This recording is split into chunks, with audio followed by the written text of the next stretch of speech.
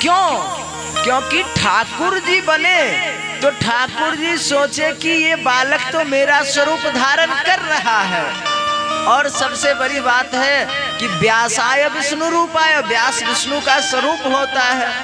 ठाकुर जी समझे कि ये व्यास जी हैं, अब इनके साथ बड़ी कठिनाई हो जाएगी तो फिर जनता इन पे हंसेगी, इसलिए ये तो मेरे ही स्वरूप को धारण करने वाले हैं, इसलिए मैं कुछ लीला दिखा दूं। इसलिए ठाकुर जी, वो रासाचार्य कहते ठाकुर जी स्वयं उसमें प्रवेश कर गए, तभी तो ऐसी लीला हो सकती है।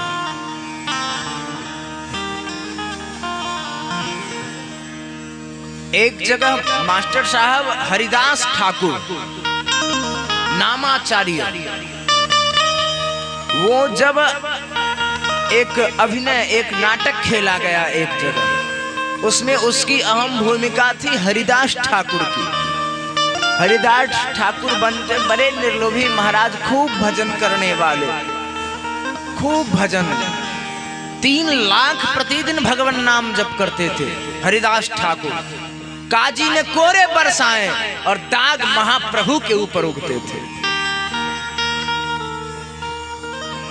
और जैसे ही उस व्यक्ति ने उस नामाचार्य हरिदास जी का स्वरूप धारण करके अभिनय किया, लीला रची, अब उसके भीतर तो ऐसी दशा हुई ठाकुर जी कि जिस प्रकार श्री महाप्रभु जी के सामने हरिदास ठाकुर जी अपने प्राणों का परित्याग करते हैं। भक्तमाल में कथा आती, चैतन्य चैतामृत में कथा आती, चैतन्य चरितावली में कथा आती है, प्रभुदत्त ब्रह्मचारी लिखते हैं। चैतन्य चैतामृत में कविराज महानुभाव लिखते हैं, भक्तमाल में प्रियादास जी लिखते हैं। जैसे ही उस व्यक्ति ने वो सारी लीला संपादित कर रहा था और हरिदास ठाकुर की इच्छा ये थी कि महाप्रभु मेरे सामने संकीर्तन करें और मैं उनके चरणों को अपने छाती पे रख के मरूं, तो भैया लीला भी ऐसी दिखाई जाती है। तो जैसे ही वो बना हुआ, जो कोई बना महाप्रभु का रूप जिसने धारण किया था और जिसने हरिदास ठाकुर का, मास्टर साहब क्या बताऊं, महाप्रभु जी का जो रूप धारण किया हुआ था, उस व्यक्ति ने जैसे अपने चरण को हरिदास ठाकुर जो बना हुआ था उसके हृदय पे रखा, वो राधे राधे हरे कृष्ण कृष्ण कृष्ण हरे हरे, हरे राम राम राम हरे हरे कर करके अपने प्राणों का परित्याग कर दिया। बताइए कहाँ गया वो? जिस प्रकार महाप्रभु जी ने हरिदास ठाकुर के हृदय पे अपना चरण रख करके उसे गोलोक भेजते हैं, उसी प्रकार केवल भाव से भावित होकर के जो एक्टर होते हैं, जो लीला करने वाले हैं, नाटक करने वाले हैं, वो भी अगर भाव से भावित होकर के उस लीला को करते हैं तो कभी कभी ऐसा देखा जाता है कि ठाकुर जी स्वयं उसका उद्धार कर देते हैं।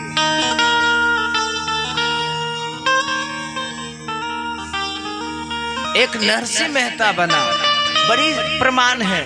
अब नरसिंह मेहता बना लीला करने के लिए, नाटक करने के लिए, तो क्या हुआ, उसमें नरसिंह भगवान के सारे गुण आ गए, नरसिंह मेहता के सारे गुण आ गए। वो ऐसा साधु बना महाराज। कहने का तात्पर्य है, हम जिस भाव से भावित होकर बैठते हैं, करते हैं, सुनते हैं, वही भाव के अनुरूप ठाकुर जी हमें फल प्रदान करते हैं। उसी भाव के अनुरूप ठाकुर जी हम सबों को वो फल प्रदान करते हैं। मास्टर साहब, अयोध्या की एक घटना है। एक संत हो गए, जो संत अपने राम जी को चेला मानते थे। कलयुग की घटना है। उनकी बुक भी छपी है, किताब भी छपी है। एक महात्मा जो अपने राम जी को शिष्य मानते थे। अब एक दिन की बात हुई कि वो दर्शन करने जाते ठाकुर जी को, और माँ जानकी भवन जाते तो वहां के जो प्रमुख पुजारी थे वो पर्दा कर देते, क्यों, ये मेरी बहू है। हाँ, तो बहू जो है बिना आंचल की बैठी होगी, कैसे बैठे होगी, किस अवस्था में, इसलिए मैं बहू को नहीं देखूंगा। तो जाते ही पर्दा कर दिया जाता था, केवल मंदिर से आसपास से आ जाते। राम जी जब अपनी लीला संवरण करके साकेत चले गए, उसके कई हजार वर्ष के बाद ये कलयुग आया, लाखों वर्ष के बाद। और इस कली काल में वो संत कहते कि राम जी प्रतिदिन हमारी जो आश्रम है उस आश्रम से होकर के सरयू स्नान करने को जाते थे। और जाते थे तो मैं देखता था कि मैं नियम पे रहता, साधन भजन पे रहता, तो राम जी सर झुका लेते थे, क्यों, गुरु जी का आश्रम है। ये सब कलयुग की घटना है। भगवान साकेत गए हैं, लेकिन हैं तो अभी अयोध्या में। ये तो एक लीला दिखाई गई, ठाकुर जी ने लीला करके चले गए, लेकिन ऐसा ठाकुर जी थोड़े के चले ही गए, वो तो अयोध्या में आज भी है। प्रेमी रसिक महात्माओं को आज भी उनकी दर्शन की प्राप्ति होती है, दर्शन होती है। ऐसे रसिक जो हैं उनको तो नित्य दर्शन होती ठाकुर जी की। ठाकुर जी कहाँ जाएंगे, ठाकुर जी तो हर जगह है। हरि व्यापक सर्वत्र समाना, सब जगह ठाकुर है, लेकिन प्रेम ते प्रगट होई मैं जाए। भैया आपके हृदय में प्रेम है तो ठाकुर आपके समकक्ष प्रकट हो सकता है। अगर आपके हृदय में प्रेम नहीं तो ठाकुर के लिए आप कुछ भी गाते गाते मर जाओ, ठाकुर प्रकट होने वाला नहीं। तो मास्टर साहब ठाकुर जी, राम जी सर झुका लेते। एक दिन पुजारी प्रमाद में आ गया और आप मंदिर में दर्शन करने गए। वो महात्मा जब गए तो ठाकुर जी का दर्शन कर लिए। ठाकुर जी, ब्रजकिशोर ठाकुर जी, वो दर्शन करने जब महात्मा गए तो ठाकुर जी का दर्शन किया। उस दिन एक नया पुजारी था। जब आप दर्शन करने गए तो वो प्रमाद में आ गया, कहा कि ऐसा कहीं होता है क्या कि सिया जी, किशोरी जी इनकी बहू हो? ऐसे ये सब कल्पना की बात है, झूठ मूठ का ये पागल हो गया है। मास्टर साहब, बड़ी सच्ची घटना है। पुजारी ने पर्दा बंद न किया। कनक भवन जब वो संत दर्शन करने गए तो जो पत्थर रूप में माँ जानकी बनी हुई है वो उठकर खड़ी हो गई और खुद पर्दा लगा ली। उस दिन इसी समय वो साधु रोने लगा और रोते रोते अपने आकर कुटिया में इतना रोया कि रोते रोते अपना प्राणांत कर लिया। रोते और बिलखते कहते कि जिस जानकी को माँ कौशल्या अपने पूरे जीवन में एक बत्ती बुझाने की आज्ञा न दी, उठाने के लिए, बुझाने के लिए न कहा, आज मेरे कारण श्री जानकी को उठकर पर्दा लगाना पड़ा। कहने का तात्पर्य है कि आपके भीतर जैसा भाव हो ठाकुर जी वैसी लीला करते हैं। ये अयोध्या की घटना है। ऐसे श्री ठाकुर जी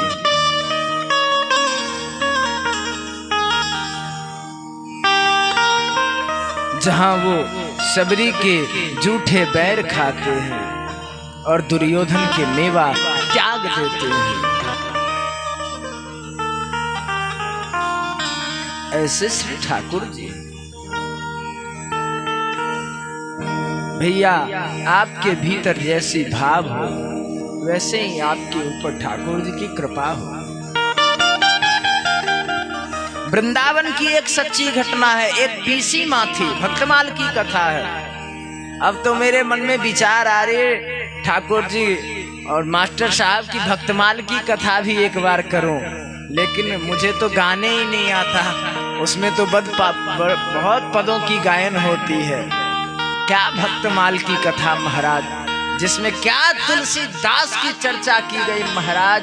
भक्तमाल के सुनहरे पन्नों पर जो चर्चा की गई है हमारे आश्रम में मास्टर साहब तुलसी जयंती श्रावण मास में उसी के ऊपर, वैसे तो मौसी माँ की उत्सव है, लेकिन उस उत्सव में शाम में 4 बजे से 7 बजे भागवत की कथा होती है और प्रातः 9 बजे से 12 बजे तक एक श्री बिहारी दास जी महाराज, भक्तमाली जी महाराज हैं, जो कि रामानंदी संप्रदाय से दीक्षित है, अयोध्या से। आप जब राम कथा कहते, और राम कथा तो आपने छोड़ी ही दी, कहीं नहीं, अब तो मुझे भक्तमाले ही की कथा सुननी है और कहनी है। भक्तमाल की कथा जब वो कहते तो हमारे आश्रम में 7 दिन की कथा होती है, तो आप प्रथम दिन से ही, क्योंकि तुलसी जयंती बीच में होता, अब उसमें महाराज तुलसीदास जी के ऊपर वो 7 दिन तक भक्तमाल की कथा कहते, और किसी की नहीं, केवल 7 दिन तक तुलसीदास जी के ऊपर कथा होती है। जब वो कहते हैं, उनके भीतर जो 2 राग हैं वो सिद्ध है एक तरह से, एक यवन और एक भूपाली, यही 2 राग एनी टाइम वो गाएंगे। क्या भक्तमाली जी, सरल स्वभाव, ऐसे भक्त, इसीलिए तो भक्तन के संग लाग रे तेरी अच्छी बनेगी। संत संगे बास भैया, भक्त संगे बास। और रसिक कहते हैं जन्म जन्म है ये अहि अभिलाष। भैया भक्तमाल जी की बड़ी सुंदर आरती है, नमो नमो श्री भक्त सुमाल। जाके सुनत महाराज, जिनके सुनने मात्र से उड़ झलकत पुलकित अंग अंगन, ऐसे भक्तमाल जी। हमारे सरकार कहते मास्टर साहब कि भक्त को भक्त की ही कथा सुननी चाहिए। क्यों? क्योंकि भक्त की कथा सुनेगा तो उससे ये सीखेगा। अमुख भक्त थे ना, ठाकुर जी को ऐसे रिझाते थे, ठाकुर जी को की ऐसी सेवा करते थे, ठाकुर जी की ऐसी सेवा करते थे, ऐसे भजन करते थे, इस सादगी से रहते थे, वहां न जाते थे, ये करते थे। इस प्रकार से जब भक्त की चर्चा सुनेगा तो भैया जिसके बारे में सुनोगे, जिसके साथ रहोगे, महाराज गुण तो ऐसा ही होगा। इसलिए भक्त की कथा सुनोगे, भक्त की कथा पढ़ोगे तो भैया संग क्या है? आप रामायण पढ़ रहे हो तो किसका संग कर रहे हो? तुलसीदास जी का संग कर रहे हो, राम जी का संग कर रहे हो। क्योंकि आप पढ़ते हो तो उसमें 3 चीज लगता है भैया, दिल भी लगता है, दिमाग भी लगता है और आंख की रोशनी भी चाहिए। ये 3 चीज चाहिए, तीनों में से एक हटा तो पढ़ नहीं सकते हो। और जहां मास्टर साहब आप कहीं भी तीनों चीज को एक साथ एकत्रित नहीं कर सकते हो, एक में नहीं लगा सकते। लेकिन जब आप पाठ करने बैठे, पुस्तक पढ़ने बैठे, ये 3 चीज एकदम लगता है। आंख भी महाराज अगर इधर उधर हो गया तो फिर एक शब्द इधर उधर हो जाता है, कई श्लोक, कई दोहा अलग हो जाता है, छूट, अरे कहाँ थे ढूंढने में समय लग जाता है। भैया मन भी अगर ना लगा तो भैया पढ़े, अरे क्या समझे नहीं, तीनों चीज लगता है। इसलिए संग करो शास्त्रों का, पुराणों का, सदग्रंथों का। तुलसीदास जी की अगर हम रामचरितमानस पढ़ रहे हैं तो मतलब क्या है? संग का मतलब होता है कि उनके वाणी का संग में क्या होता है? मास्टर साहब और ठाकुर जी अगर बैठ जाए तो कुछ चर्चा होगी, चर्चा होगी तो क्या, या तो उनकी चर्चा या इनकी चर्चा। और वहां क्या हो रही है? गोस्वामी तुलसीदास जी का ग्रंथ, में उनके ग्रंथ के पास बैठा हूँ, चर्चा किसकी हो रही है? गोस्वामी जी किसकी चर्चा? राम की चर्चा कर रहे हैं। तो हम किसका संग कर रहे हैं? गोस्वामी जी का संग कर रहे हैं और उनके माध्यम से राम जी की कथा सुन रहे हैं। जैसे आप यहाँ बैठे हो, हम कथा सुना रहे हैं भागवत की, आपका और मेरा संग हो रहा है। ये जरूरी नहीं है कि शरीर जिस स्थान पे रहे उसी स्थान को संग कहते हैं, नहीं। मन जिस स्थान पे रहे उस स्थान को संग कहते हैं, उस समय को संग कहते हैं। आप कथा में बैठे हो, लेकिन अगर मन आपके घर में है कि कहीं बहू आई है, नहीं, कहीं मैं तो अपने घर में तिजोरी में ताला मार के आई हूँ, कहीं बहू तिजोरी खोल के सारा माल ना निकाल ले, तो क्या हुआ? आपका मन उस बहू के पास है, बल्कि इस कथा में नहीं। इसलिए आपको कथा सुनने का फल नहीं प्राप्त होगा, क्योंकि आप बहू के समकक्ष हैं, क्योंकि आपका मन बहू के पास है। अगर आप घर में हैं, बहू के पास है, और अगर आपका मन कथा में है, तो कथा का फल आपको प्राप्त होगा।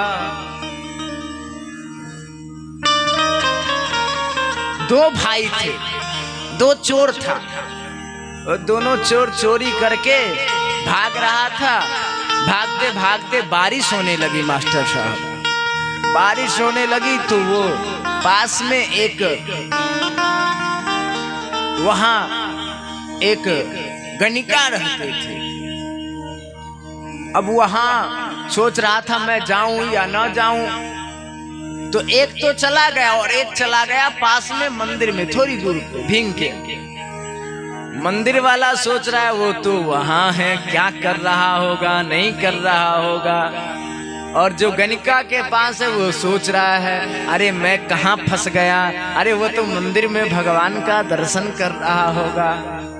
मास्टर साहब दोनों मरा, मंदिर में रहने वाला नरक चला गया और गणिका के पास रहने वाला स्वर्ग चला गया। क्यों भैया? शरीर से तो था, बल्कि मन से न था।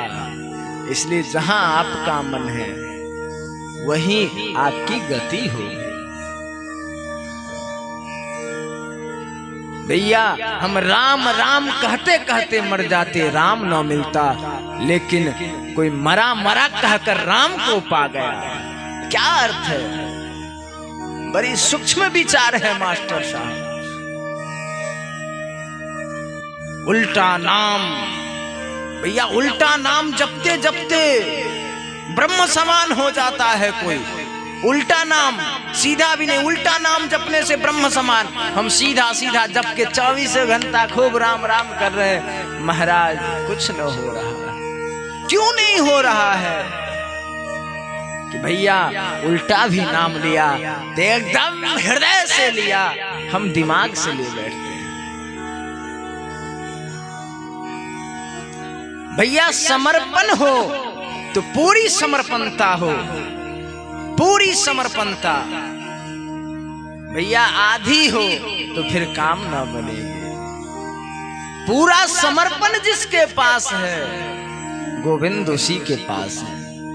जब तक बालक माता पिता के प्रति समर्पित रहता है, छोटा रहता है। समर्पित का मतलब क्या? वो अनजान रहता है। छोटा सा बालक क्या जानता? कुछ न जानता है। तब तक अनजान होने के कारण वो समर्पित होता है। ज्ञान होता है तब तो कहता पिताजी आपके समझ में नहीं ना आएगा, हम बहुत जानते हैं। वाह बेटा वाह, मतलब जिसने तुमको जन्म दिया वो तो छोटा हो गया तुमसे और तुम उससे बड़े हो गए। आज बच्चे कहते पिताजी को समझ नहीं आती, पिताजी नहीं समझ पाएंगे। अच्छा भैया समझने वाला कौन हो गया? पिता। न समझने वाला पुत्र। आज शिष्य कहते ठाकुर जी, आज शिष्य कहते अरे हमारे गुरुजी हैं ना, समझते नहीं है। अच्छा वाह भैया, मतलब तुम ही गुरुजी बन गए। जानने वाला गुरु हुआ, न जानने वाला चेला हुआ।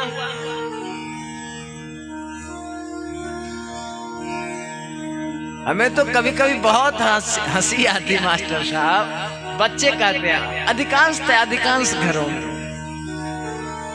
कहीं रहता हूं तो सुनता हूं तो कहते हैं अरे पापा आप नहीं, आप भी नहीं, अरे पापा शहर में सुनते महाराज।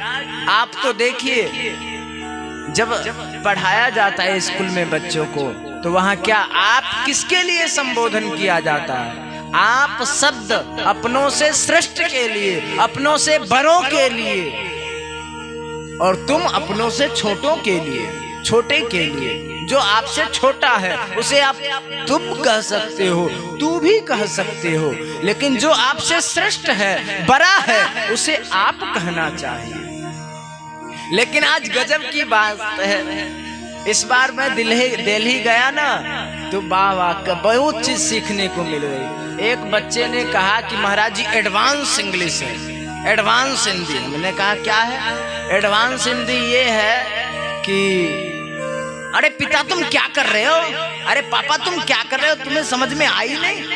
वाह, अरे पिता क्या कर रहे हो क्या कर रहे हो और क्या कर रहे हैं, दोनों में भेद हो जाता है। क्या कर रहे हैं सम्मानजनक शब्द हो गई, क्या कर रहे हो ये थोड़ी अजीब शब्द हो जाती है। और उसमें भी पिता को आजकल बच्चे एडवांस हिंदी आई महाराज, उसमें पिता के बच्चे अरे डैडी तुम नहीं जानोगे ना। वाह वाह वाह, क्या हिंदी है महाराज। ऐसी हिंदी तो भारतीय संस्कृति को हमें लगता है कि महाराज आकाश छू गई। अरे धिक्कार ऐसी हिंदी और ऐसी एडवांस इंग्लिश को, जिसमें पिता को तुम कहे, मम्मी को तुम कहे, माँ को तुम कहे। महाराज बड़ी दुविधा है। इसलिए जो तुम तराका बहुत करते हो। मास्टर साहब जब मेरे ऊपर भक्ति का रंग चढ़ा था, अब तो कुछ नहीं है, जब चढ़ा था तब तो मैं वृंदावन जब मैं था तो छोटा सा कोई बच्चा जो विद्यार्थी वहां रहता था, मैं तो विद्यार्थी बना ही नहीं। मैं तो वहां जब गए तो हमने कहा कि हम किसी के संग रहने वाले नहीं हैं, नहीं तो यहाँ से सीधे जाऊंगा अयोध्या, हमको एक अलग कमरा चाहिए, नहीं तो हम यहाँ रहने वाले नहीं हैं। हम उसी समय सोचे थे कि अगर हमें अलग व्यवस्था नहीं मिली तो हम या तो अयोध्या चले जाएंगे, या फिर प्रयाग चले जाएंगे, या फिर हरिद्वार चले जाएंगे, या बनारस चले जाएंगे, जहाँ ठाकुर जी व्यवस्था करेंगे, लेकिन किसी के साथ नहीं रहेंगे हम, क्योंकि मेरी व्यवस्था ऐसी है कि हम सबों के साथ रह भी नहीं सकते। बचपन से मेरी ये स्वभाव है, अलग सोना, अलग खाना, अलग पीना, अलग पहनना, बचपन से ये मेरी स्वभाव है। एक दिन हमारे बड़े भैया क्या किए, जो मैं अचला पहनता हूँ वो अचला एक दिन पहन लिए। अब पहन लिए तो नया नया आया था, मैंने कहा कि मैं तो अभी से नहीं पहनूंगा। पिताजी ने कहा क्यों? मैंने कहा कि मेरी ये स्वभाव नहीं, मैं किसी का पहना हुआ पहन लूं। भैया इसमें बड़ा विवेक है, दोष लगता है। किसी का चप्पल किसी को नहीं पहनना चाहिए, किसी का वस्त्र किसी को नहीं पहनना चाहिए। हाँ, अपने से श्रेष्ठ जन हैं, पिता का वस्त्र है तो प्रसाद रूप में उसे आप धारण कर सकते हैं। गुरु का दिया हुआ वस्त्र है, उसे आप प्रसाद रूप में धारण कर सकते हैं, लेकिन ऐसे नहीं किसी का वस्त्र कोई पहन ले। महाराज बड़ा, जब आप शास्त्रों का अध्ययन करेंगे बड़ा दोष है। खासकर तो चरण पादुका, चप्पल, किसी के चप्पल को कोई ना पहने, बड़ा दोष लगता है। ज्योतिष शास्त्र कहता है इसे शनि दोष होता है जो दूसरे की पादुका पहनता है, इसलिए अपनी व्यवस्था।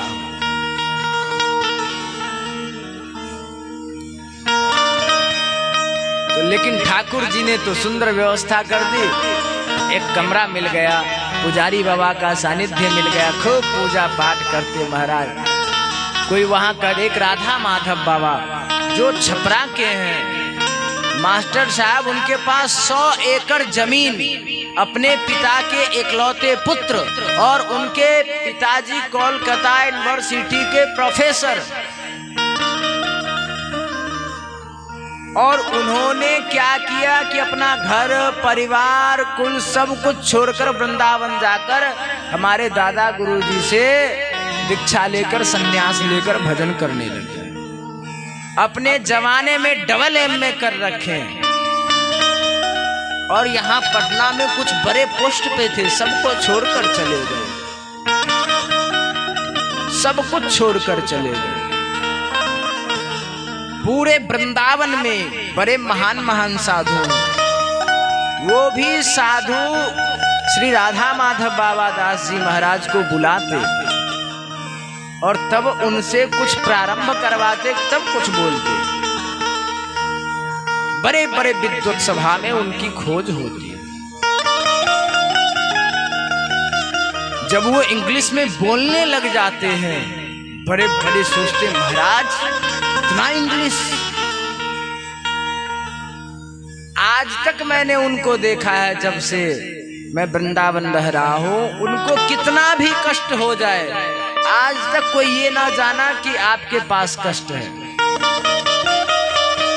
इतना कष्ट होने के बाद भी, और वो तो ऐसे डॉक्टर भी है कि हेमियोपैथ का पूरा उनका सिम्टम पता है। एक दिन वो बताने लगे कि देखो 5-फॉस्फेरम फॉस्फास। हमने कहा भाई कितना? बोले कि इसके 5 प्रकार है, इस 5 में भी 10 है। अरे महाराज, हमको लगा कि आप हेमियोपैथ से PhD किए, खुद दवाई मंगाते हो, खुद खाते।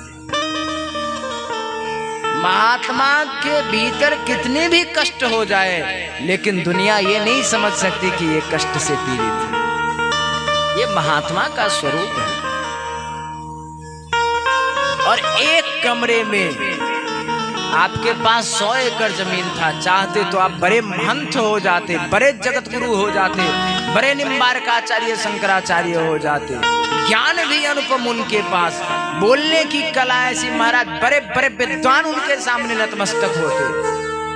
सुदामा कुटी सुदामा दास जी महाराज आप तो जानते होंगे, वहां के महंत श्री सुदीक्षण दास जी महाराज, वो आते महाराज श्री से मिलने। जब आपने जाना कि अस्वस्थ हैं तो आप आए थे मिलने। एक दिन हम भी गए उनके यहाँ सुदामा कुटी में। महाराज क्या सुदामा दास जी महाराज, क्या अपनी सेवा से, सेवा ऐसी मास्टर साहब की पूरे भिक्षाटन करके लाते और फुलका बनाते और खोज खोज कर साधुओं को पवाते।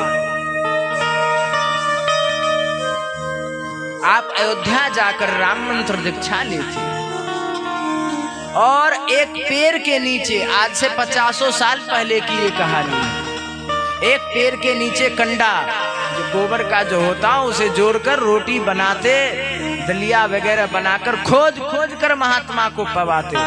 आज उस पेड़ के पास मास्टर साहब जाएंगे आप तो कहेंगे सुदामापुरी का निर्माण हो गया है। उनके पास बड़े बड़े महारथी सब आते थे। आज भी वहाँ कम से कम साल में 10 तो झारा भंडारा होना ही है, और एक झारा भंडारा में कम से कम 5 लाख रुपए खर्च होते हैं। क्योंकि अयोध्या में, वृंदावन में देसी घी के, गाय का लड्डू, घी का कचौरी, घी का पूरी, घी का सब्जी।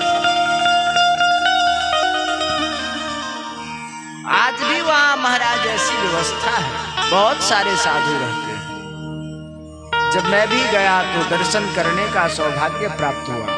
वह हर साल विवाह पंचमी में ऐसी व्यवस्था होती, बड़े बड़े महापुरुष सब, जहाँ बक्सर वाले मामा जी पधारते थे आकर, वहाँ पाकर विवाह पद्धति से ठाकुर जी का वहाँ विवाह संपन्न होता। ऐसे महान सेवा। कहने का तात्पर्य है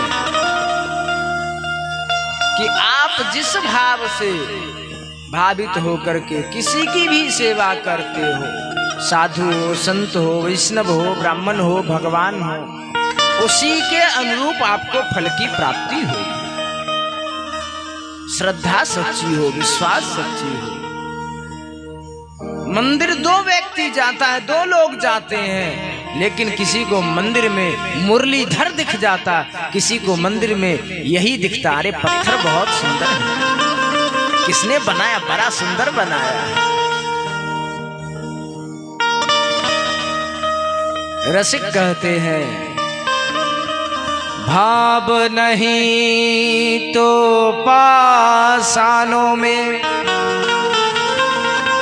भाव नहीं तो मंदिरों में, दिखत बस पाषाण। भाव नहीं तो मंदिरों में, दिखत बस पाषाण। भाव नहीं है तो मंदिर जाने के बाद भी मंदिर में जो बैठा है उसमें पाषाण बुद्धि रहेगी और आप उसे पाषाण कह करके ही संबोधित, पत्थर कह करके ही संबोधित करोगे। मंदिरों में दिखत, उस मंदिर में जाने के बाद आपको पत्थर का दर्शन होता है। इसलिए भाव नहीं तो मंदिरों में, दिखत बस पाषाण। और क्या भाव है तो पाषाणों से प्रकट हुए हैं भगवान। भैया भाव है तो पाषाण से ठाकुर जी का दर्शन होता है। पाषाण में भी लोग भगवान को देख लेते हैं। भाव नहीं है तो भगवान में भी लोग पाषाण बुद्धि कर लेते हैं। भैया एक ही कुल में, एक ही परिवार में, एक ही स्थान में जहां प्रहलाद है, हिरण्यकश्यप है, हिरण्यकश्यप को कहीं भगवान नहीं दिखता, लेकिन उसी घर में उसी का पुत्र प्रहलाद है जिसे कण कण में व्याप्त भगवान दिखाई देता है। प्रहलाद खम्भे में भगवान देख लेता है और हिरण्यकश्यप भगवान में भगवान नहीं देखता। प्रहलाद को खंभे में नजर आ गए, नामदेव जी को कुत्ते में भगवान का दर्शन हो गया, पागल बाबा को गधे में भगवान का दर्शन हो गया। हम मंदिर जाने के बाद भी कहते हैं वाह वाह वाह, किसने मूर्ति ये बनवाई, क्या मूर्ति की डिजाइनिंग है, अच्छा क्या चमकीला मुकुट है। ये नहीं कहते कैसे ठाकुर, कहते सुंदर बड़ा पत्थर है, कोई ये पत्थर है वो पत्थर है महाराज। इसलिए भाव का होना विशेष है। बोल वृंदावन बिहारी लाल की जय। अभी तो भाव पे ही चल रहा है मास्टर साहब। अभी तो हमें भान आ गई, इन्हें देखा तो 6 बज गया, भाव पे 1 घंटा हो गया।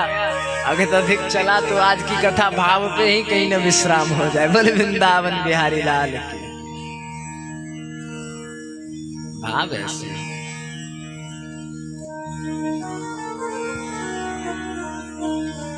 क्योंकि भगवान भावक ग्राही जनार्दन, भावक ग्राही। भगवान को कुछ ना चाहिए। भगवान कहते न मुझे तेरा धन चाहिए, न तेरा यौवन चाहिए, न रूप चाहिए, न परिवार चाहिए, न तुम्हारे परिश्रम से बनाया हुआ भोजन चाहिए। चाहिए तो चाहिए तुम्हारा भाव चाहिए, क्योंकि भाव का भूखा हूं मैं और कुछ भाता नहीं। भाव से मुझको भजो तो भव से बेड़ा पार है। इसलिए भाव होना और इसी भाव के कारण भाव था पूर्व जन्म में देवकी और वासुदेव के मन में घोर तपस्या पूर्व जन्म में की कि ठाकुर जी मुझे मिले। ठाकुर जी ने दर्शन दिया तो कहा कि आप ही मुझे पुत्र रूप में प्राप्त हो। यह भाव था, ठाकुर जी पुत्र बन गए। तो वृंदावन की पीसी मां असमर्थ हो गई सेवा में, ठाकुर जी की सेवा में असमर्थ हो गई, शरीर जर्जर हो गया, सेवा कर न सकी तो एक पुजारी को रख ली। ए पुजारी, मेरे ठाकुर को ठाकुर की सेवा करना, सर्दी के महीने हैं, इसलिए तुम इन्हें गर्म जल से स्नान कराना। जब आप अयोध्या जाएंगे या वृंदावन जाएंगे तो वैसे तो मंदिर में परिवेश सबका नहीं है, लेकिन दास के ऊपर बड़ी कृपा है। मंदिर में मेरा प्रवेश हुआ तो मास्टर साहब मंदिर में ठाकुर जी को सर्दी के मौसम में गरम जल से स्नान कराया जाता है, गरम जल उनको पान कराया जाता है, और भोजन भी कराया जाए तो हल्का ठंडा करके, गरम नहीं, क्योंकि कहीं गरम गरम ठाकुर जी पा लेंगे, मुंह पक जाएगा। ये भाव है, ठंडा जल से स्नान करेंगे, ठंड लगेंगे, इसलिए ऐसा भाव है।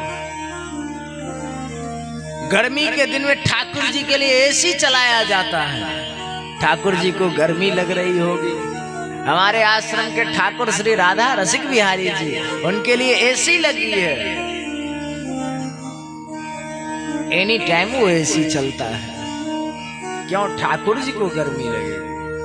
और यही भाव श्री ठाकुर जी को गर्मी भी ला देते, ठंडी भी ला देते। तो पीसी माँ जब असमर्थ हो गई सेवा में, तो एक पुजारी को रख ली और बोले कि देखो शीत का समय है, इसलिए ठाकुर जी को गर्म जल से स्नान कराना।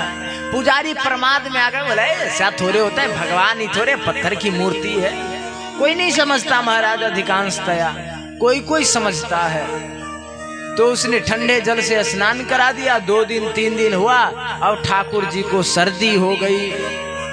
सर्दी हो गई तो रात में स्वप्न आई पीसी माँ को, अरे मैया मैया ये पुजानी ना मोए ठंडो जल से स्नान करायो है, या लिए मोए शीत लग गई है, मोए बहुत ठंड लगो है। मैया उठी सवेरे और पुजारी को पकड़ी, अरे पुजारी तूने मेरे लाला को ठंडे जल से स्नान कराया? बोले नहीं, मैं तो गर्म जल से स्नान करा। झूठ बोल दिया वो।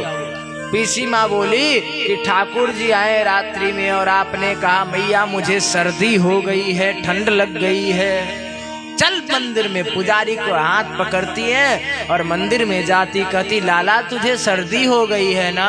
ये पुजारी झूठ बोल रहा है कि मैं गर्म जल से स्नान कराता हूँ। अरे लाला तुझे सर्दी हो गई, बता दे। और ठाकुर जी मास्टर साहब उनके ठाकुर जी के नासिका नाक के समकक्ष अपनी आंचल को ले गई, कहती लाला तुझे सर्दी हो गई है ना? बता तो इस पुजारी को। महाराज जिस प्रकार बच्चे के नासिका विवर से सर्दी के कारण, सर्दी के मौसम में उसके नाकों से पानी टपक जाता है, ऐसे ही जैसे ही पीसी माँ ने अपना आंचल लगाया ठाकुर जी के नासिका से, जैसे प्रकार बच्चों के नासिका से जल टपक पड़ता, पानी टपक पड़ता, वैसे ही टपक पड़ा। पुजारी को देखकर उसी समय मूर्छित हो गया। भैया कहने का तात्पर्य क्या पाषाण को सर्दी हो सकती है, ये ज्ञान है, लेकिन प्रेम भाव स्नेह है कि हो सकता है। ज्ञान कहता है भगवान नहीं खाता, क्या भगवान खाता है? क्या पत्थर खाएगा? लेकिन भाव कहता है ये पत्थर में जो बैठा भगवान है वो खाता है। इसलिए भाव, आप जिस भाव से भजो ठाकुर जी उसी भाव को स्वीकार कर लेते हैं। जिसके मन में जो भाव आ जाए, शंकराचार्य जी प्रश्नोत्तरी में कहते हैं संबंधा देव मोक्षजे बद्धा ही कामा विषयानुरागी। जो विषय प्रश्नोत्तरी में शंकराचार्य जी कहते हैं बद्ध कौन है, बद्धा हुआ कौन है, बंधन में कौन है? बद्धा ही कामा विषय अनुरागी। जो विषयों में अनुराग किया है, जो विषयों से प्रेम किया है, वो बंधा हुआ है। भैया मुक्ति कौन है? मुक्त वो है जो भगवान के चरणों में प्रीति किया है, शंकराचार्य जी कहते हैं। इसलिए अगर भगवान को भजना है तो भैया बिना भाव के तो प्रीति हो ही नहीं सकती, बिना संबंध के तो प्रीति हो ही नहीं सकती। क्या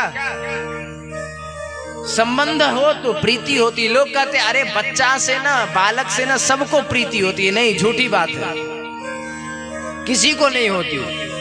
भैया अगर ऐसा होता तो पड़ोसी का बच्चा रो रहा होता है, आईसीयू रूम में भर्ती हो जाता तो कहाँ आप रोती हो, लेकिन अपना हो जाए तो कलेजा पीट पीट के रोती हो। क्यों? संबंध है, ये मेरा है।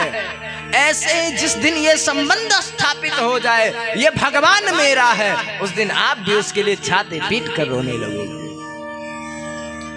इसलिए संबंधा देव मोक्षजे, बिना संबंध के मोक्ष भी नहीं मिल सकता, क्योंकि संबंध के बिना प्रेम नहीं हो सकता, प्रेम के बिना भक्ति नहीं हो सकता, और भक्ति के बिना मुक्ति नहीं हो सकती।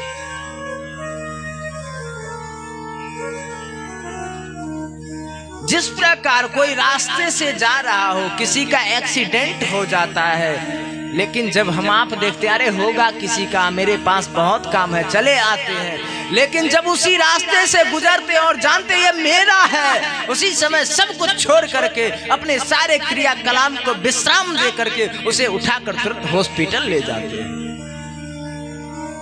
ऐसे ही भगवान तो है, अरे भगवान तो है, भगवान तो है, भगवान तो है, लेकिन जब तक ये नहीं होगा कि ये मेरे भगवान है, इनके साथ मेरा पुत्र भाव है, पिता भाव है, गुरु भाव है, शिष्य भाव है, मित्र भाव है, कई सारे भाव हैं, माधुर्य भाव, ऐश्वर्य भाव, कोई भी भाव लो,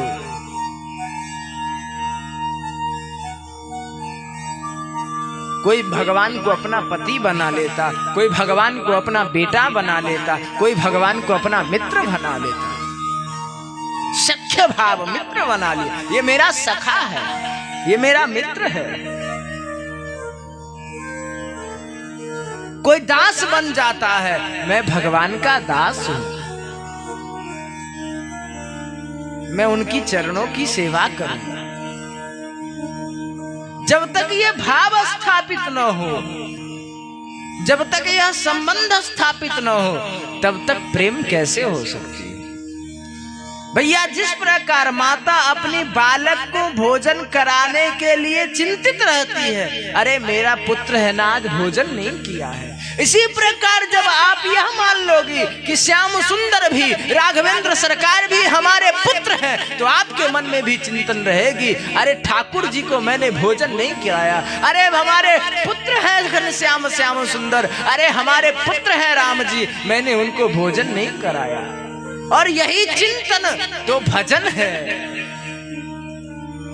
क्योंकि भोजन की चिंता रहेगी, ठाकुर जी को भोजन मैंने नहीं कराया, ये बार बार चिंतन रहेगी, चिंतन मतलब याद आएगी, और याद ही भजन है, चिंतन ही भजन है। लेकिन जब तक संबंध नहीं होगा, भगवान से कहोगे अच्छा बहुत सारे भोग लगा, हम काय को भोग लगाए, खाए तो भला न खाए तो भला, लेकिन जब आपका बेटा बन जाएगा भगवान, तब तो महाराज अरे बेटा है कैसे न खिलाऊं। ये संबंध ही आपको प्रेम स्नेह स्थापित कर देता, स्नेह भक्ति दे देता, और भक्ति मुक्ति दे देती है। इसलिए बिना संबंध के कुछ नहीं हो सकता। सख्य भाव हो, वात्सल्य भाव हो, माधुर्य भाव हो, दासत्व भाव हो, किसी भाव से भावित होकर के किसी संबंध को स्थापित आप करो। जब तक संबंध नहीं, तब तक स्नेह तो हो ही नहीं सकता। स्नेह से ही संबंध होता है, संबंध से ही स्नेह होता है। बोल वृंदावन बिहारी लाल की जय। भाव, ये है भाव। चलिए अब भाव की कथा को विश्राम देते हुए भावग्राही जनार्दन की कथा की ओर चलते हैं।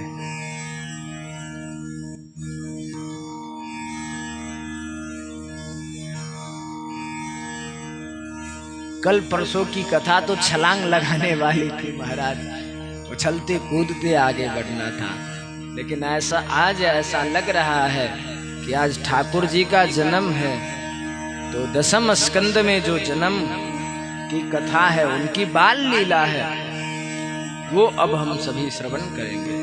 कल की कथा में हम आप सभी ने दिव्य रूप से, सुंदर रूप से श्री ठाकुर राघवेंद्र सरकार का जन्मोत्सव मनाया। फिर ठाकुर जी की वरी मिथिला में सुंदर से विवाह संपन्न हुआ, जहां मिथिलानी गाली भी देती है, खूब गाली पड़ी, जहां मिथिलानी बांध देती है। सुंदर विवाह प्रकरण हम सबों ने श्रवण किया। जो दुनिया को माया रूपी बंधन में बांधता है, देखो तो सही, उसे मिथिला ने अपनी स्नेह रूपी बंधन में बांध डाली। भगवान को अगर बांधना चाहते हो तो स्नेह से बांध लो, और किसी में भी इतनी सामर्थ्य नहीं किसी चीज में जो आप उससे बांध सको। बांधना है तो प्रेम के जंजीर में बांध लो। मिथिलानी तो प्रेम के ही जंजीरों में ठाकुर जी को बांध दिया है। चित चोरवा आज बंधौल नहीं, ऐसे ठाकुर जी। जहां फिर सूर्यवंश का वर्णन करते हुए सुखदेव गोस्वामी जी चंद्रवंश का वर्णन किए, जहां यदु पुरु आदि की चर्चा हो, जहां रंती देव की कथाई महाराज प्रजा में अकाल पड़ने पर अपना सारा खजाना लूट दिए, 49 दिनों तक भूखे रहकर प्रजाओं को भोजन कराया, ऐसे रंती देव। जहां श्री ठाकुर जी का प्रादुर्भाव हुआ, हम सबों ने कल बड़े धूमधाम से स्नेह प्रेम सुंदर व्यापक विस्तृत रूप से भगवान श्री कृष्ण का जन्मोत्सव का आनंद लिया। इधर तो भैया जन्मोत्सव का आनंद ही चल रहा है, सब गा रहे हैं। अरे महरी यशोदा लाला जायो, सभी कहते हैं क्या?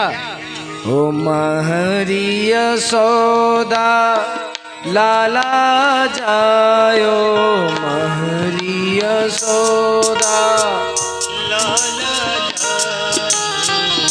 लाला जायो, लाला जायो हो, लाला जायो, लाला जायो। घर घर बजत बधाई भैया, घर घर बजत बधाई। कहाँ क्या?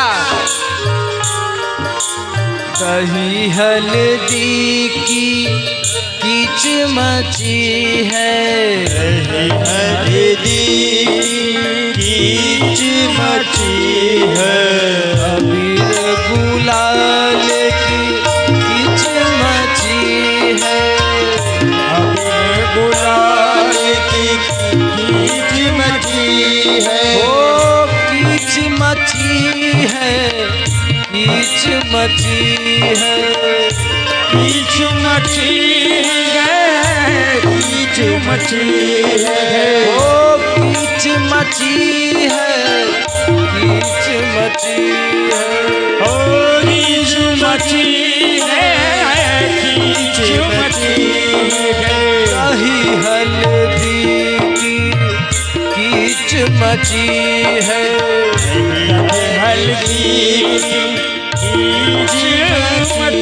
महाराज जब व्रत में ठाकुर जी का जन्म होता है, दही हल्दी दुग्ध घृत आदि का महाराज कीच मच जाता है, जिसमें मंदराचल का रूप नंद बाबा धारण करते हैं।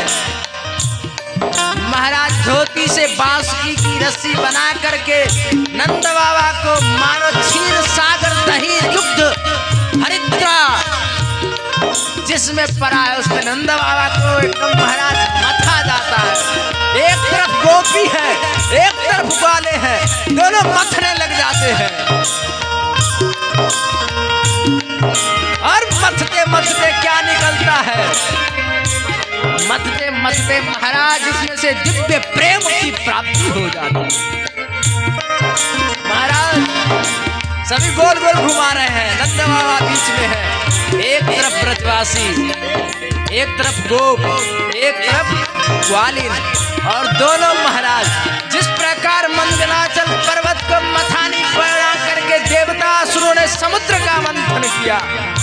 ऐसे ही आज नंद के आंगन में, यशोदा के प्रांगण में नंद बाबा को मथनी बनाकर महाराज एक तरफ गोपी एक तरफ ग्वाल, क्या आनंदोत्सव में दही है, दुग्ध है, हल्दी है, शहद है, शक्कर है, सबरा उड़ेल उड़ेल कर महाराज मथनी हो रहा, मथा जा रहा है जहां से कृष्ण प्रेम युक्त होता है।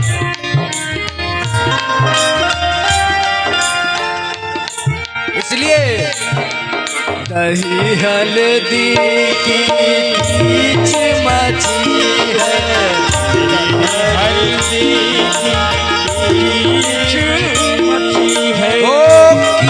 मची है, कीच मची है, कीच मची है, कीच मची है। ओ अबीर गुलाल की कीच मची है, अबीर गुलाल की कीच मची है। ओ कीच मची है, कीच मची है, कीच मची है, कीच मची है। क्या राधे जी, क्या पंकज जी, वहाँ आनंदोत्सव मनाया जा रहा है ना। खड़े हो जाइए खड़े, दोनों हाथ उठाइए। अरे भैया लज्जा और शोक और संकोच को छोड़ो, हाथ उठा दो मेरे साथ। और क्या कहेंगे? ओ नाचत तरुण वृद्ध अरु बालक, नाचत तरुण वृद्ध अरु बालक, ओ नाचत तरुण वृद्ध अरु बालक, नाचत तरुण वृद्ध अरु बालक। देखिए नंद बाबा बैठे हैं, नंद बाबा ये शोभा नहीं देता, वहां तो नंद बाबा वही ठुमका लगा रहे हैं महाराज। जब सारे ब्रजवासी नाचते हैं, सारे ब्रजवासी नंद बाबा को पकड़ के ठुमका लगवाते हैं, नंद बाबा भी ठुमका लगाते हैं। बोलिए लज्जा आ रही है? अरे महाराज इसमें शर्म की क्या? उठिए, उठ जाइए, रखिए ऐसे। नंद बाबा ऐसे ही रखे थे, रखिए, क्या बात है, भगवान के यहाँ बैठे, रखिए, हम भी रखिए, रखिए। अरे दही हल्दी की कीच मची है, दही हल्दी की कीच मची है। ओ नाचत तरुण वृद्ध अरु बालक, नाचत तरुण वृद्ध अरु बालक, ओ वृद्ध अरु बालक, वृद्ध अरु बालक,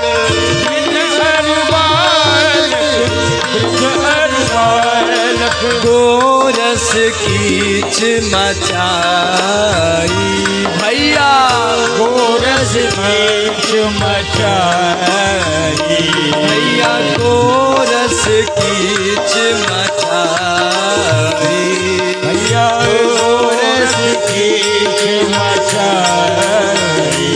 ओ सूरदास स्वामी सुख सागर, सूरदास स्वामी सुख सागर, ओ स्वामी सुख सागर, स्वामी सुख सागर, स्वामी सुख सागर, स्वामी सुख सागर, ओ स्वामी सुख सागर, स्वामी सुख सागर, स्वामी सुख सागर, स्वामी सुख सागर। सूरदास स्वामी सुख सागर, सूरदास स्वामी सुख सागर, सुंदर श्याम कन्हाई भैया, सुंदर श्याम कन्हाई भैया, सुंदर श्याम कन्हाई भैया, सुंदर श्याम कन्हाई। ऐसे नहीं, मस्ती में झूमते हुए तालियों की सेवा करते हुए। क्यों? क्योंकि आज कहाँ नंदोत्सव में बैठे, इसलिए हाथ उठाकर तालियों की सेवा। राधे जी एकदम। और क्या कहेगा? भैया हाई का बात, भैया हाई का बात नहीं सुनी आई, हाई का बात नहीं सुनी आई।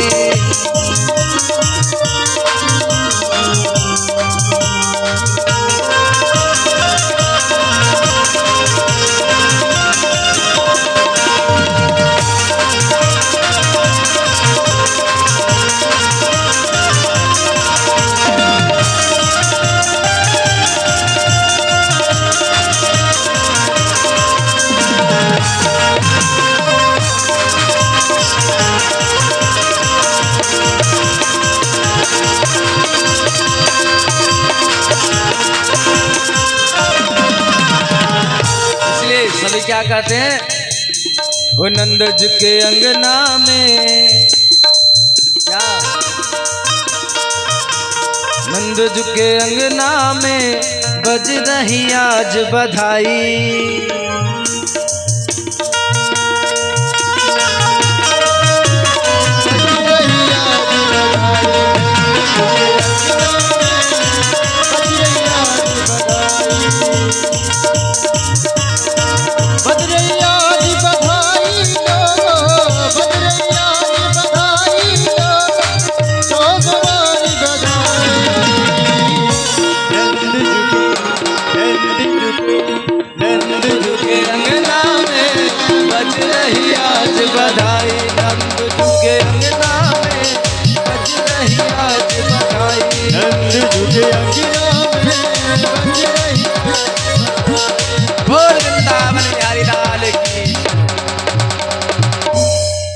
ऐसी सुंदर बधाई बज रही है महाराज। इधर तो नंदोत्सव मनाया जा रहा है,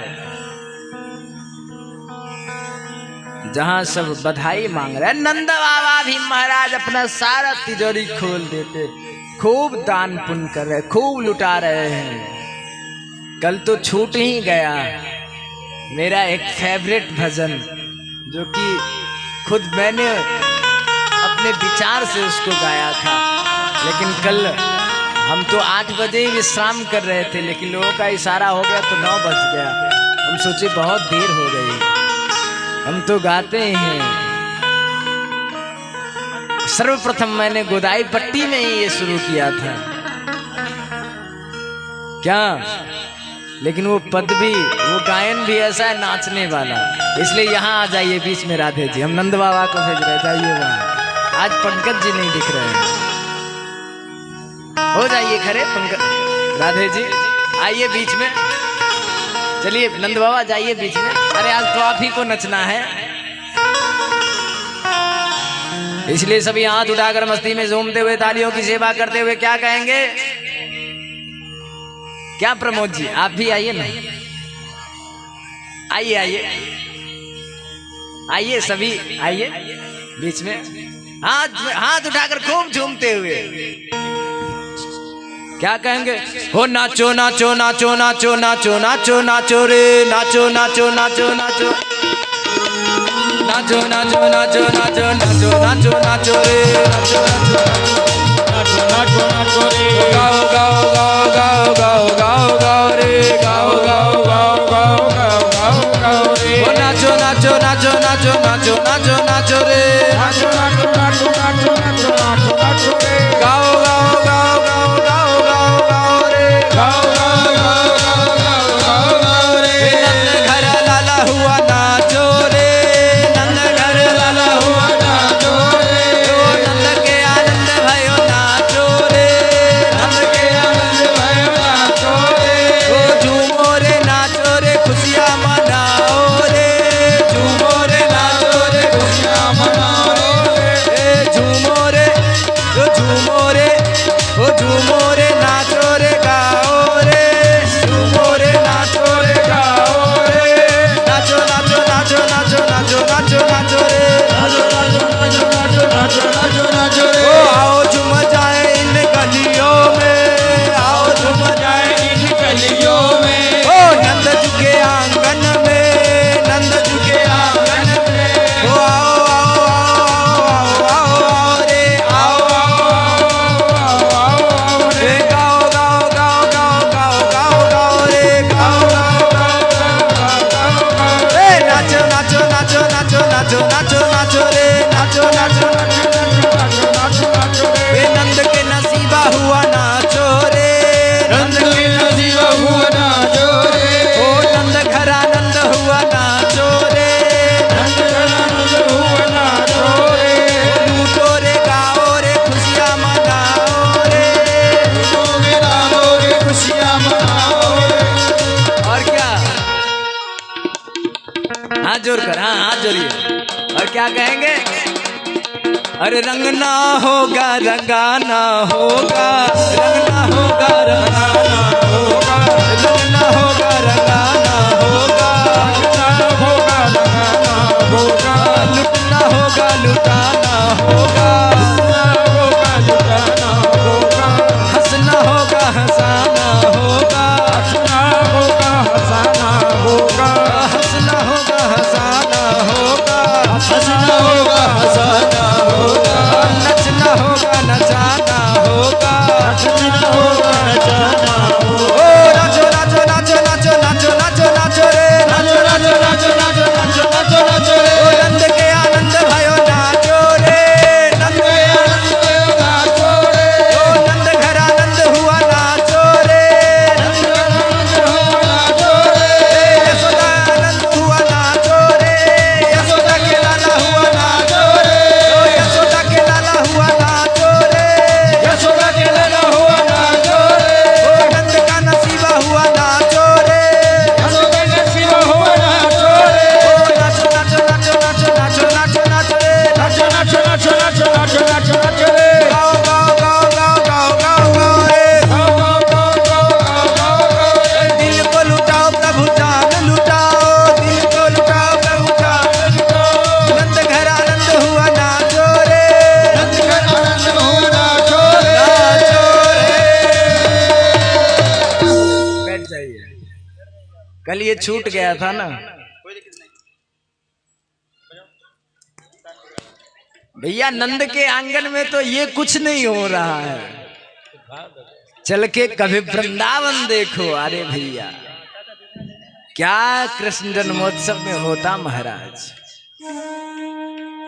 वहां तो सभी, वहां तो वृद्ध हो बालक हो सब महाराज उठ करके नृत्य करने लगते हैं।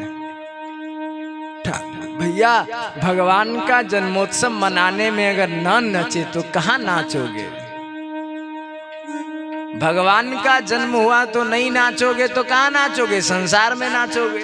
इसलिए संसार में नाचने से बढ़िया है भगवान के जन्म में नाच लो। बोल वृंदावन बिहारी लाल की। इसलिए तो एक शायर कहते हैं, अरे दुनिया में नचने वाले, दुनिया में नचने वाले, अरे दुनिया में नचते नचते थक जाओगे यारो,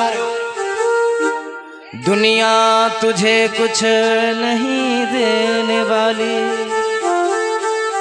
अरे नाच ले जरा, अरे नाच ले जरा नंद नंदन के चरणों में, अरे नाच ले जरा नंद नंदन के चरणों में, अरे नाच ले जरा राघवेंद्र के चरणों में।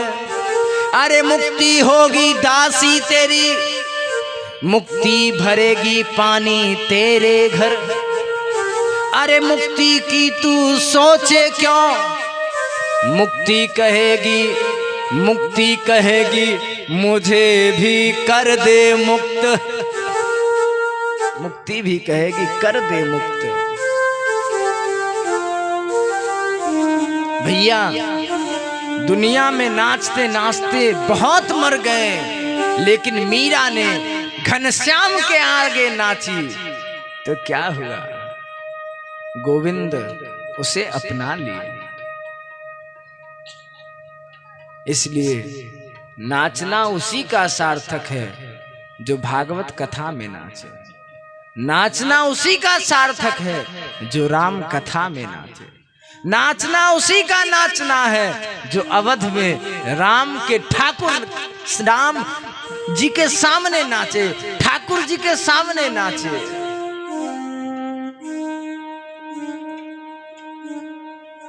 भैया जिसके भीतर जैसी कला होती है उस कला के अनुरूप अपने प्रेमी को, अपने स्नेही को, अपने इष्ट को रिझाता है।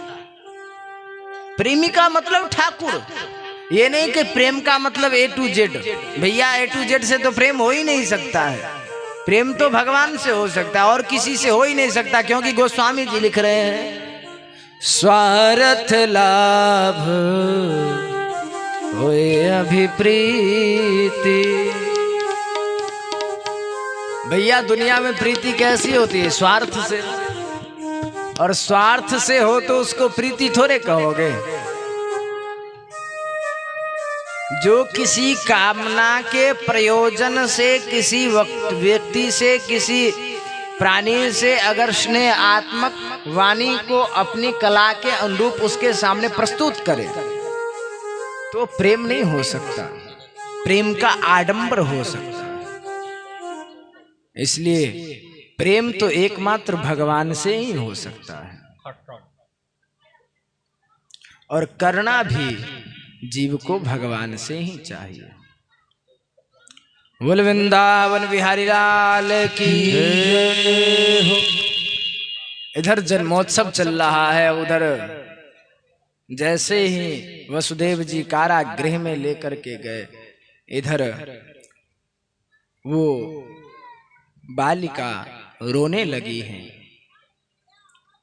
कंस के पहरेदार तो अचेत हुए थे, एकदम फुरफुरा के उठे। महाराज बोले, महाराज महाराज 8वां संतान हुआ है, चलिए।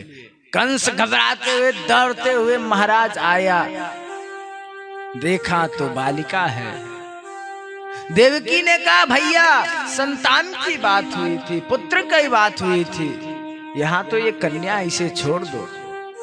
लेकिन उसने उस कन्या का पैर पकड़कर जैसे ही शिला पे दे मारना चाहा, वह कन्या छूटकर आकाश में अवस्थित होकर अष्टभुजा रूप धारण कर लेती है और कहती, रे मूर्ख कंस, तू मुझे व्यर्थ मारने की चेष्टा क्यों कर रहा है? तुझे मारने वाला तो कहीं और जन्म ले चुका है। इतना कहते ही लुप्त हो जाती है। ये सुनते ही कंस का महाराज ऐसी स्थिति होता है, वो बेचैन हो जाता है।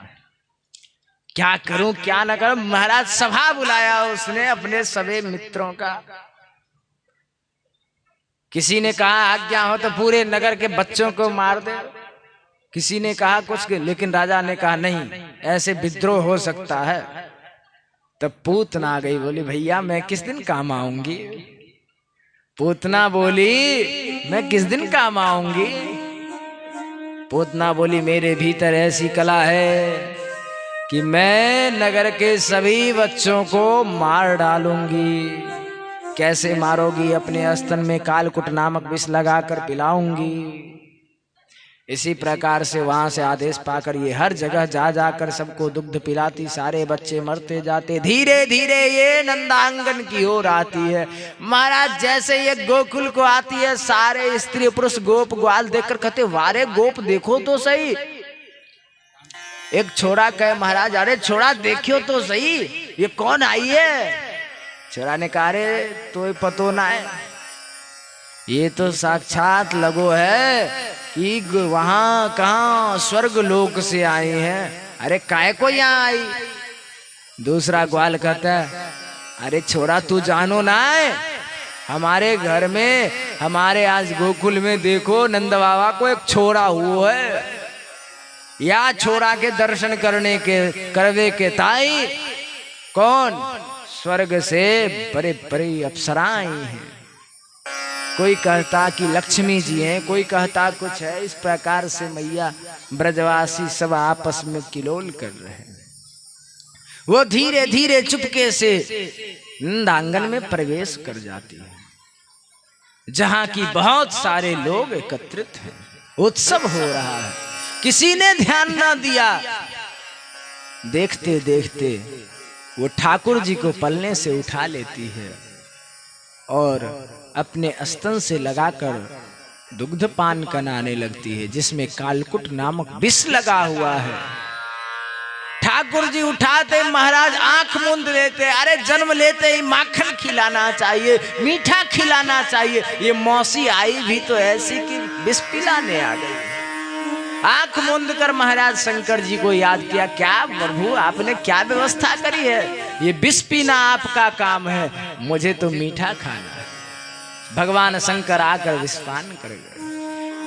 ठाकुर जी ने उसके प्राणों को पीना प्रारंभ किया। महाराज वो पूतना अपनी दिव्य शरीर को छिपा न सकी।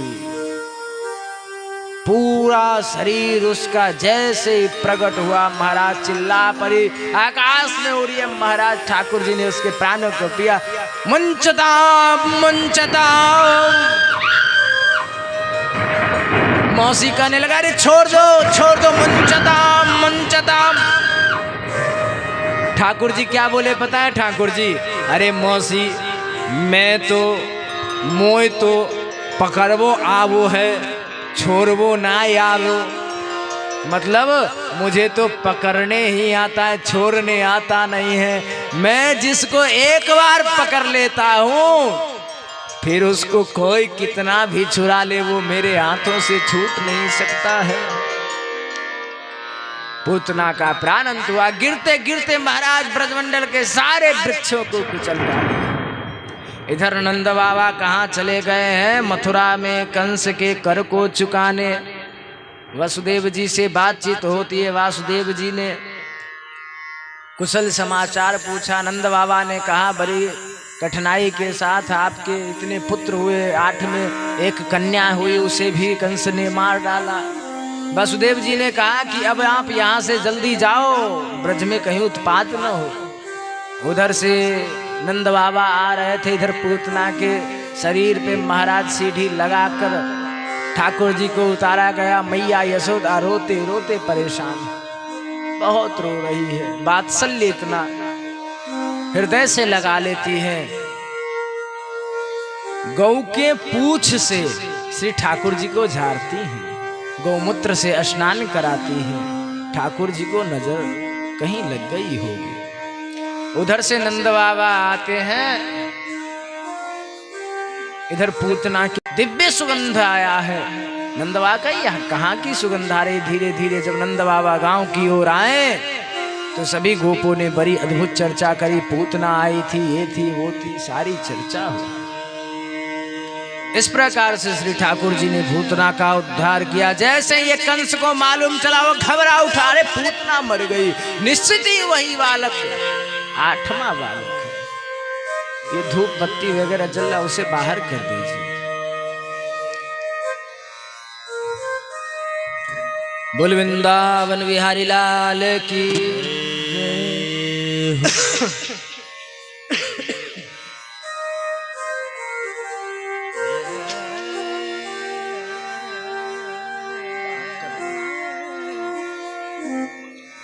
इधर शकट भजन और तृणाव्रत आया है।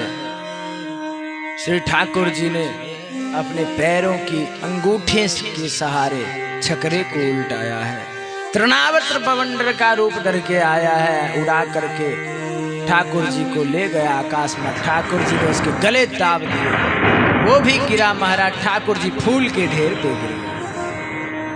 यशोदा मैया, नंद बाबा सभी स्नेह करने। तब भैया नामाकरण संस्कार की बात आती है।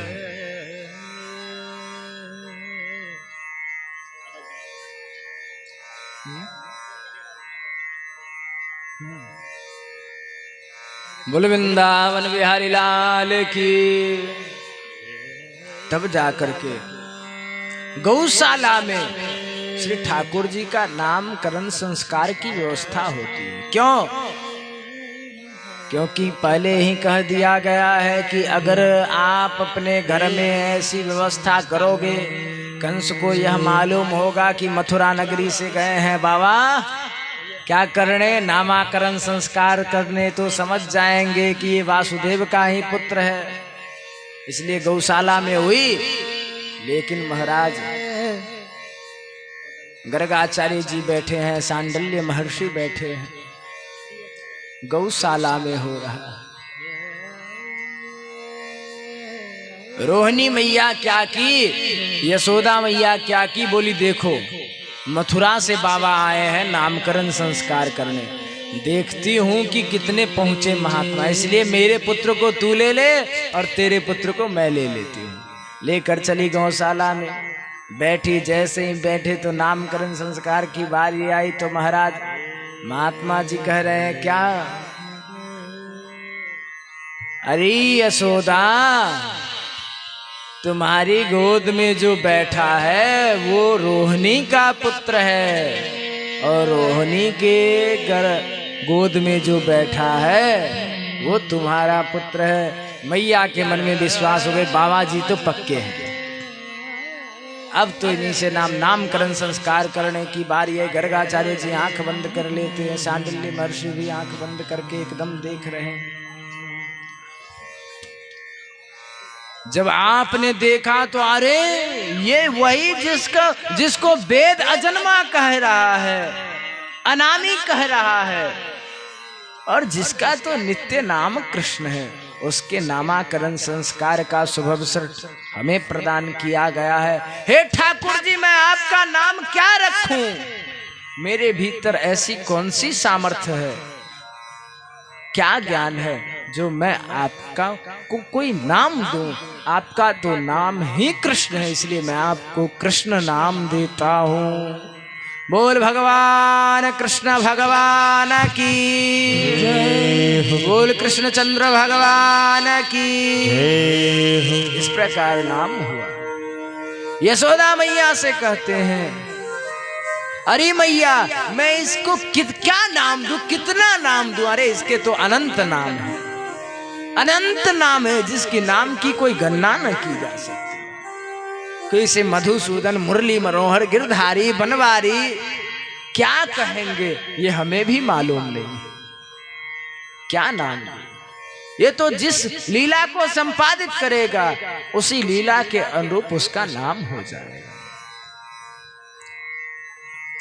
धनुर धरेगा, धनुष को जैसे ही धारण करेगा तो राम हो जाएगा।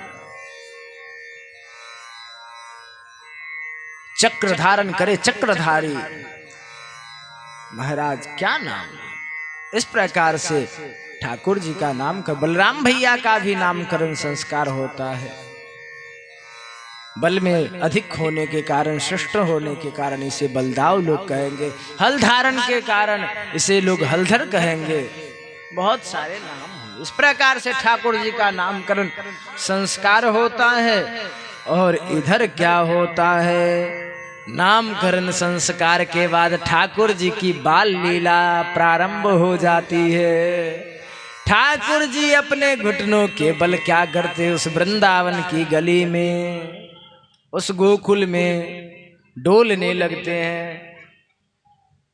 और जब डोलते हैं तो क्या होता है कि उनके पांव में बंधा हुआ वो पैजनिया रुनझुन करता है। जब रुनझुन करता है, झनझन झनझन करता, महाराज सब देखकर मनमोहित हो जाते हैं। बड़ा ही सुंदर पद है, रुन झुन रुन झुन रुन झुन रुन झुन बाजत है पैजनिया।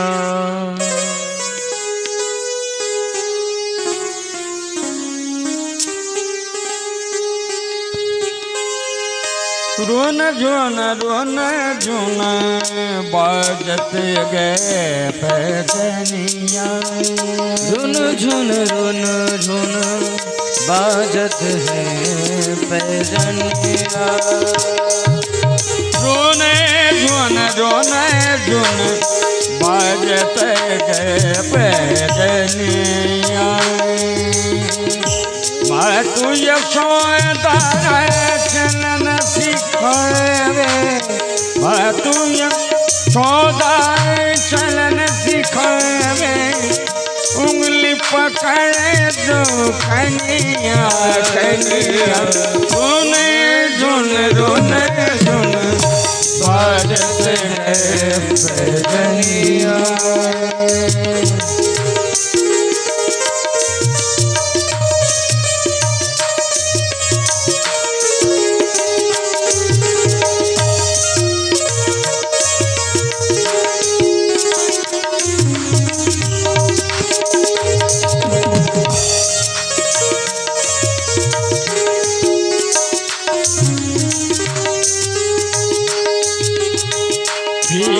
जंगुलिया तन पर सोए, तो तन पर सोए एक दिन पुलिया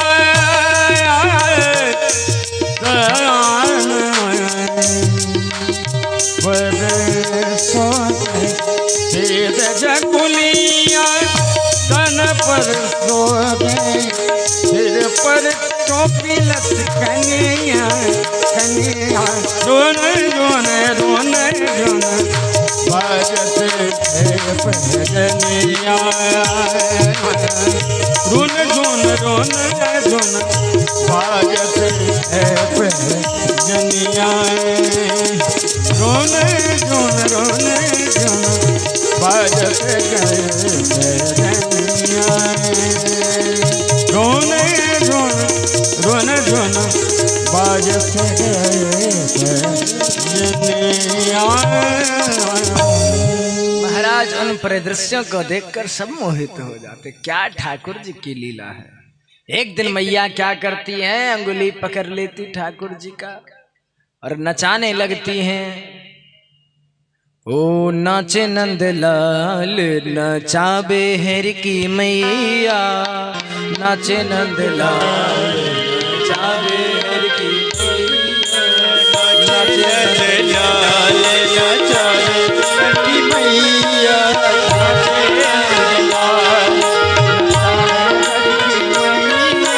नाचे नंदलाल नचाबे हेर की मैया, नाचे नंदलाल नचाबे हेर की मैया, नाचे नंदलाल नचाबे हेर की मैया।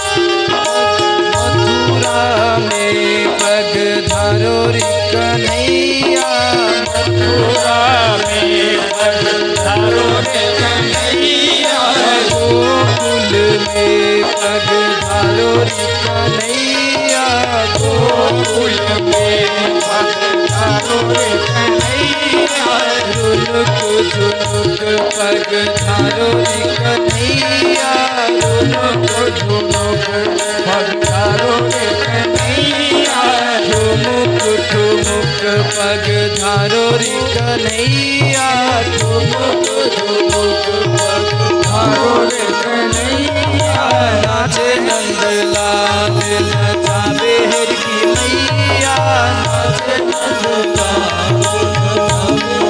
नचाबे हेर की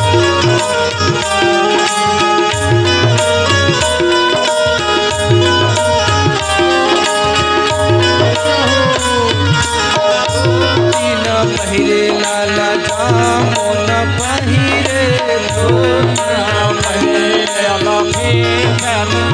बांधे तीन पहिरे लाला जामुन पहिरे, तीन पहिरे लाला जामुन पहिरे, पीताम्बर को बरोरी धरैया, पीताम्बर को बरोरी ढोढ़ैया, नाचे नंदलाल नचाबे हेर की मैया, नाचे नंदलाल नचाबे हेर की मैया, नाचे नंदलाल।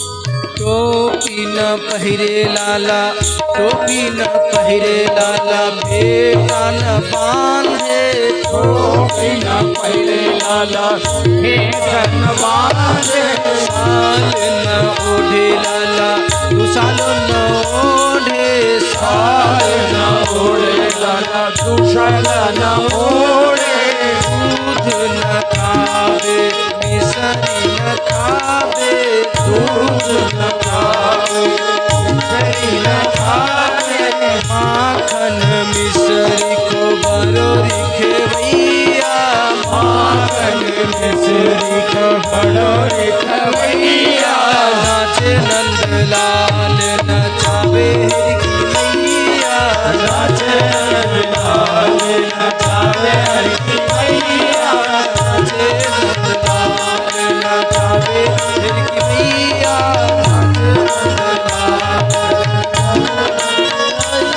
और सबसे अंतिम पंक्ति है ये चंद्र सखी का लिखा हुआ पद है।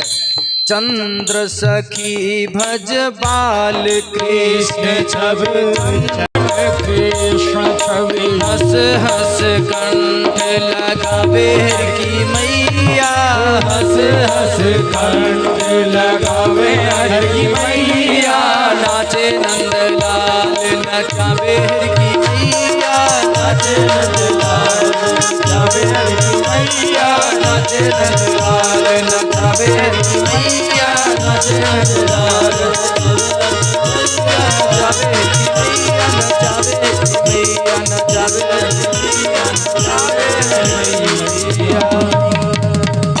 ठाकुर जी नाचने लगे हैं, ऐसी ऐसी लीला करते महाराज, जिधर से घूमते जिधर से टहलते महाराज सब उनको देखकर मोहित हो जाते। एक दिन की बात ऐसी हुई कि ठाकुर जी क्या किए, अपने सखान के संग खेलते खेलते, बलदाऊ भैया के साथ खेलते खेलते कहाँ ब्रह्मांड घाट पर जा करके आपने एक मिट्टी का गोला खा लिया। जैसे ठाकुर जी ने मिट्टी खाई महाराज, बलदाऊ भैया ने कहा कन्हैया तैने मिट्टी खाई, अभी मैं जाके मैया को बता रहा हूं और मैया को ऐसे बताऊंगा कि मैया तो खूब पीटोगी। अच्छा देख लो भैया, अगर आपने ऐसी बात कही कि लाला ने मिट्टी खाई तो मैं क्या कहूंगा पता है? मैं यही कहूंगा अरे मैया तू जाने ना है, अरे दाऊ भैया ना भांग को बरोसो गोला खा लियो और वह परिदृश्यन को मैंने देख लिया। अब वह परिदृश्यन को जो देखो वाय लियो, मैंने कहा कि अब तो मैं जा करके मैया को बताऊंगो कि मैया दाऊ भैया ना भांग को गोला खायो है। अब बलराम जी पर गए चक्कर में, ही तो बराबर मिट्टी खाया तो कुछ नहीं, भांग खाए की बात होगी तो महाराज। अब दाऊ भैया सोचे क्या करें, लेकिन दाऊ भैया बोले कि देख लाला तू कुछ भी कर, मैं आज तो मैया को बता करके ही रहूंगो। मैया को जा करके क्या बलदाऊ भैया कहते हैं, हो तेरो लाला ने ब्रिज रज खाई, यशोदा सुन माई, तेरे लाला ने ब्रिज खाई, यशोदा सुन माई, तेरे लाला ने ब्रिज रज खाई, यशोदा सुन माई, तेरे लाला ने ब्रिज रज खाई, यशोदा सुन माई, यशोदा सुन माई, यशोदा सुन माई, यशोदा सुन माई, यशोदा सुन माई, तेरे लाला ने ब्रज रज खाई, यशोदा सुन माई, तेरे लाला ने ब्रज रज खाई, यशोदा सुन माई। जय हो। और क्या अद्भुत खेल सखन संग खेलो, अद्भुत खेल सखन खेलो, अद्भुत खेल सखन संग खेलो, अद्भुत खेल सखन संग खेलो, छोटो सो माटी को ढेलो, छोटो सो माटी को ढेलो, तुरंत सामने मुख में डाले, तुरंत श्याम ने मुख में डाले। हो याने गटक गटक गटकाई, यशोदा सुन माई। याने गटक गटक गटकाई, यशोदा सुन माई। तेरे बाला ने रज रज खाई, यशोदा सुन माई। जय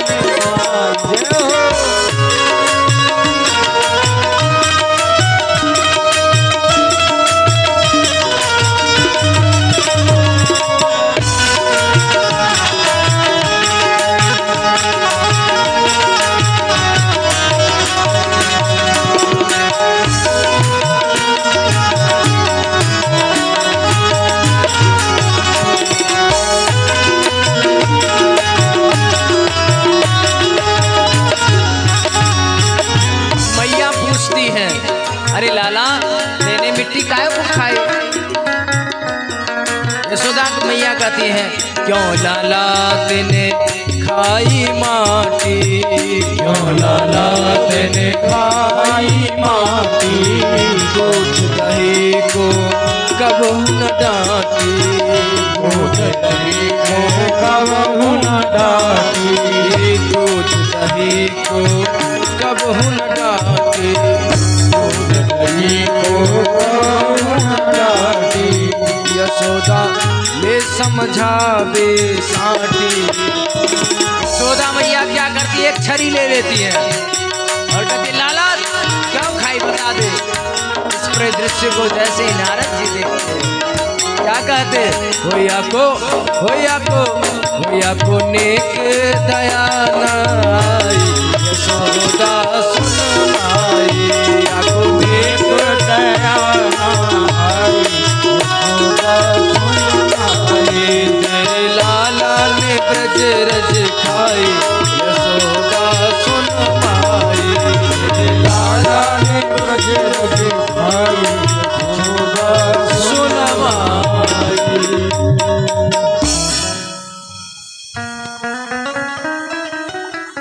मैया बोली, अरे तूने रोटी खाई? नहीं मैया मैं नहीं खाई। अच्छा नहीं खाए तो दिखा अपना मुख, खोल अपना मुख। ठाकुर जी बोले कि अच्छा अब तुम्हें कुछ बता ही देता हूँ। ठाकुर जी ने जैसे ही अपने मुखन को खोला, तीनों लोग 14 भुवन उसमें दर्शन हो गया। मैया देख रही है, यक्ष है, गंधर्व है, किन्नर है, महाराज सभी चीज उसमें, नद है, नदियां हैं, पर्वत है, सब कुछ दिख रहा है। ऐसी परिदृश्यों को देखकर तो मैया मूर्छित हो जाती है। ठाकुर जी योग माया को बुलाते, अरे मैया को कुछ शांत करो। जो मैया देखती फिर भूल जाती हैं, जब भूलती तो फिर वही भाव वही स्नेह हो जाता है।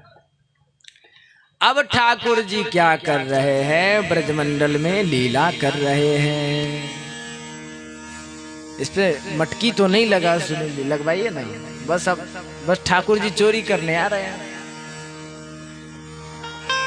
एक दिन क्या हुआ कि श्री ठाकुर जी ना दाऊ भैया के संग एक कुएं के पास गए।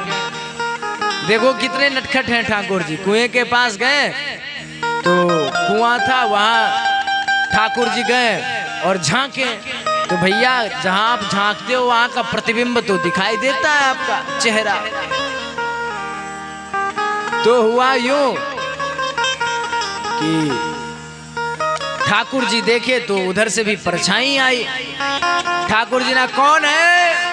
कुआं से रिटर्निंग आता है, आवाज आती है। उधर से भी आवाज आई, कौन है? अच्छा कौन है? ठाकुर जी गए दाऊ भैया के पास, बोले भैया भैया एक बात सुनो, अपने घर में, अपने आंगन में, अपने कुएं में देखो तो क्या क्या देखो? अरे अपने कुएं में एक भूसा है और मैंने उसको कहा कौन है, तो वो भी कह रहा है कौन है। अच्छा चलो अभी बलदाऊ भैया आ गए। बलदाऊ भैया आए तो भैया ठाकुर जी झांके, अब ठाकुर जी झांके तो भैया बलदाऊ भैया झांके, अब बलदाऊ भैया झांके तो दो चेहरा। अब दो चेहरा तो ठाकुर जी ने कहा, देखा भैया देख लो। इसने सोचा कि या ने अपने भाई को बुलायो है या लिए इस कुएं में रहने वाला जो है कुआं में, वो भी अपने भाई को बुला लिया है। बलराम जी ने कहा कौन है? जैसे ही बलदाव जी ने कहा कौन है, उधर से भी आवाज आई। रिटर्निंग तो आती है कुएं में। कुआं में अगर आप झांको कुछ बोलो तो रिटर्निंग आता है, उधर से साउंड आती है, आवाज आती है, वही जो बोलोगे वही आएगा। बलदाव भैया को जैसे ही उधर से आवाज आई कौन है, ठाकुर जी ने कहा अरे भैया देखो तो इसकी इतनी हिम्मत, आपके घर में, आपके आंगन में रह करके, आपके कुआं में रह करके आप ही को कहता है कौन है, अभी इसे मचा सकाओ। बलदाव भैया ने कहा अभी मारूंगा। उधर से भी आवाज आई, उधर से मारूंगा। दाव भैया को कहां सहन होने वाला, शेषावतार कूद पड़े महाराज कुआं में। अब कुआं में कूदे तो महाराज खूब हेल रहे हैं, छप्पर छिया मार रहे हैं, हाथ पर पटक रहे हैं। बोले अरे कन्हैया लाला यहाँ तो काऊ ना दिखे। बोले कन्हैया यहाँ तो काऊ ना दिखे। ठाकुर जी ने कहा भैया मोय तो पहलो से पतो तो, मोय तो पहलो से पतो है कि यहाँ कोई नहीं है। बोले अच्छा दायरी के तूने मोय इधर खुदाई दिए। फिर उधर से सबकी सहायता से ठाकुर जी को निकाला गया। चोरी प्रसंग में बता देता, चोरी करते हुए बोला कोई ऐसा किस्सा चोरी। इस प्रकार ठाकुर, एक दिन ठाकुर जी ने क्या की, मधुमंगल श्रीदामा आदि सभी सखाओं को बुलाया और कहा देख तुम्हारे घर में मक्खन की व्यवस्था नहीं है ना? नहीं मेरे घर में नहीं। अरे मैं इतना गरीब हूं ना कि मैया दूध निकालती, दही निकालती, मक्खन निकालती और मक्खन को जाकर मथुरा में बेच आती है। मैं गरीब का लड़का हूं, कैसे खाऊं? बोले चिंता मत कर, इस ब्रजमंडल का राजा कृष्ण है, तू क्यों चिंता करता? आज से हम सभी अपनी एक मंडली बनाते, ध्यान देंगे, एक मंडली बनाते हैं, चोर प्रचार प्रसार मंडली। ठाकुर जी ने अपने सभी मधुमंगल सुदामा आदि गोपों को बुलाया और बोले कि आज से क्या करना है, माखन की चोरी करना है। बोले वृंदावन बिहारी लाल की। ठाकुर जी को लाया जाए, क्या करना है? चोरी करना है घर घर जाकर के। देखो भैया ठाकुर जी चोरी क्यों कर रहे हैं? वो जानते हैं श्रीदामा है, मधुमंगल है, ये सब गरीब घर से है, इसको माखन खाने को नहीं मिलता, इसलिए ठाकुर जी चोरी कर करके अपने प्रेमी जनों को मक्खन खिला रहे हैं। अरे वो भगवान देखो कैसा है जो अपने भक्त के लिए चोर बन जाता है। होगा कोई ऐसा भगवान? इसीलिए तो भगवान को करुणा सिंधु दया सिंधु कहा गया है। जो भगवान ने ये नहीं सोचा कि लोग मुझे क्या कहेंगे, भगवान होकर के चोरी कर रहा है, अपने मित्र और सखाओं के लिए चोरी करने लगे। और एक दिन चले महाराज चोरी करने महाराज सभी घूमते टहलते एकदम मस्ती में झूमते हुए, नया नया चोर चला है महाराज। एक गोपी के घर में गए, मक्खन को उसने किसी स्थान पे रखा था, वहां से चुराकर श्री ठाकुर जी खा गए, सबको खिला दिए, बंदर आदि में लुटा दिए। फिर दूसरे घर में इस प्रकार से ब्रजमंडल में चर्चा हो गई, अरे सुनो सुनो ठाकुर जी क्या करते हैं, मक्खन की चोरी करते हैं, मक्खन चुरा कर खाते हैं। इसलिए सभी अपने घर में क्या करो, मक्खन को कहाँ रखो, किसी ऊंचे स्थान पे रहो। भैया सीका तो टंगा ही था, लेकिन उसको और ऊंचा कर दिया गया है। बोले वृंदावन बिहारी लाल की। इस प्रकार से ठाकुर जी ब्रजमंडल में चोरी करने लग गए हैं। रात श्याम सपने में आए। सखियां कहती हैं अरे सुनो सुनो, देखो सावधान हो जाओ, क्योंकि पहले आकर चुराते हैं, अब तो सपना भी होने लगा है। सखियां कहती है क्या? रात श्याम सपने में आए, दही पी गए, दही पी गए, रात श्याम सपने में आए, रात श्याम दही पी गए, पी गए, पी गए,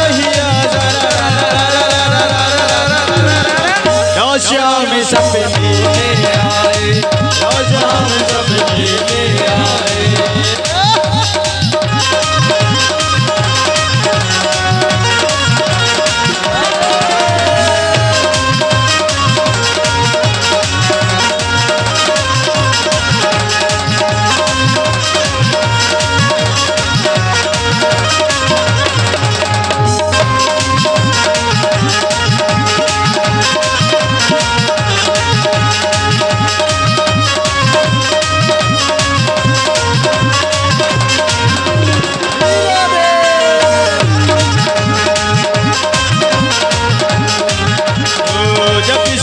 मेरी खिड़की खोली जब शाम मेरी खिड़की खोली, जब शाम मेरी खिड़की खोली, जब शाम मेरी खिड़की खोली।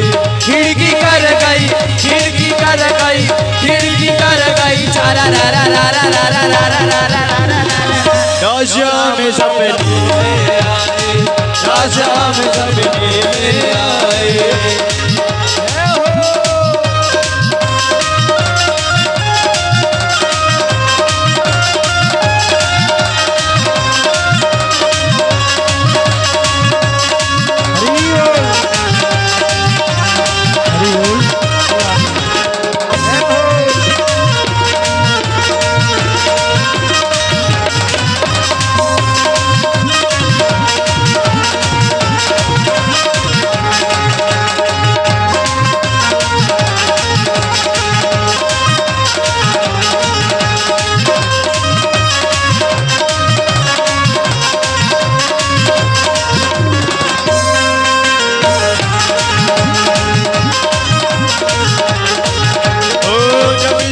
मेरी बहिया पकड़ी जब शाम मेरी बहिया पकड़ी, जब शाम मेरी बहिया पकड़ी, जब शाम मेरी बहिया पकड़ी पकड़ी। बहिया कर गई, बहिया कर गई, बहिया कर गई करा रा रा रा रा रा रा रा। श्याम सपने में आए, श्याम सपने में आए।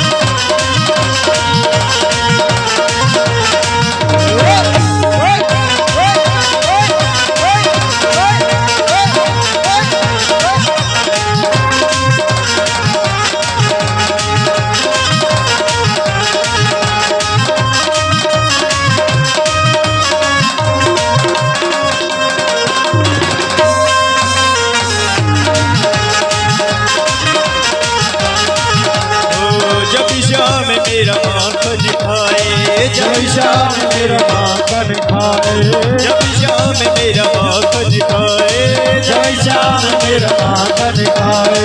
मटकी फोड़ी, मटकी फोड़ी, मटकी फोड़ी श्याम सपने में आए, श्याम सपने में आए। राजा में सपने में आए, राजा में सपने में आए। दहिया पी गए, दहिया पी गए, पी गए दहिया। राजा में सपने में आए, राजा में सपने में आए।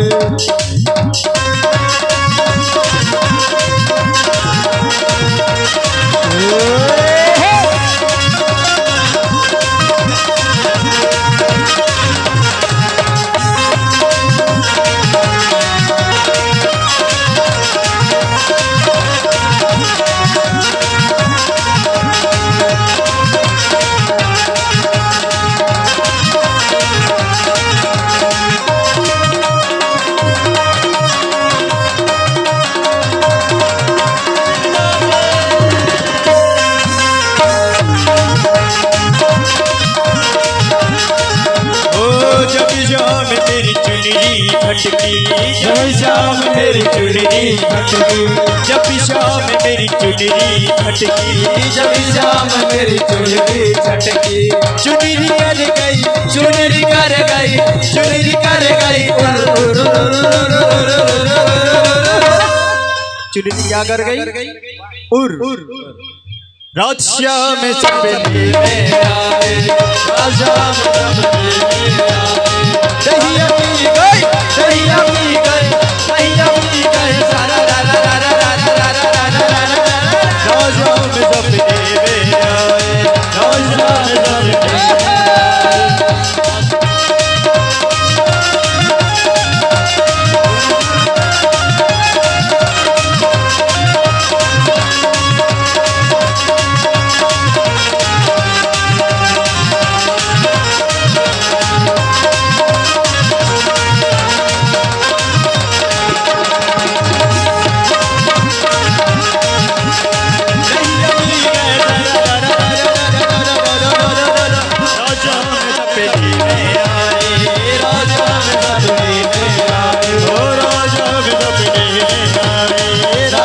सपने में आए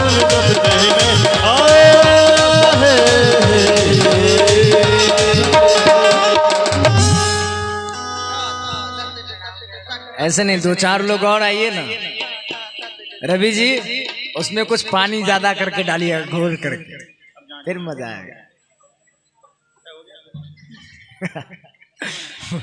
बोल वृंदावन बिहारी लाल की जय।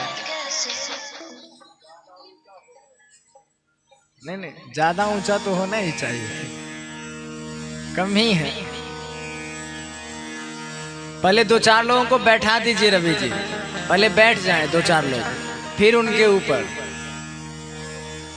तब तो मजा आएगी ना। दो चार के ऊपर ऊपर नहीं, ऊपर ना हो तो फिर क्या करें। बोल वृंदावन बिहारी लाल की जय।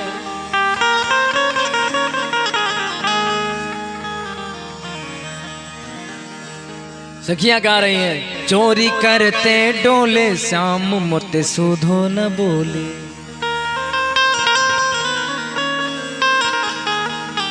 क्या चोरी करने लगे हैं श्याम सुंदर, अपने सभी ग्वाल वाल के साथ आते हैं और महाराज चढ़ने लगते हैं।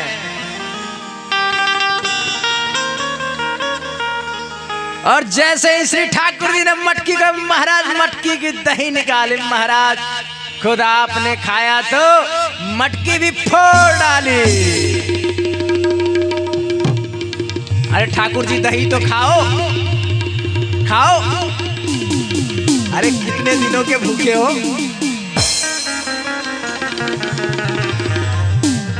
अरे ग्वाल वाल आप भी तो मुख लगा दो।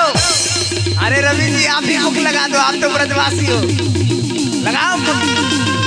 ऐसे नहीं रवि जी, ऐसे नहीं, ऐसे कहाँ हुआ। ठाकुर जी ऐसे थोड़े खाते थे। ठीक है महाराज। इस प्रकार से श्री ठाकुर जी मक्खन चुराने।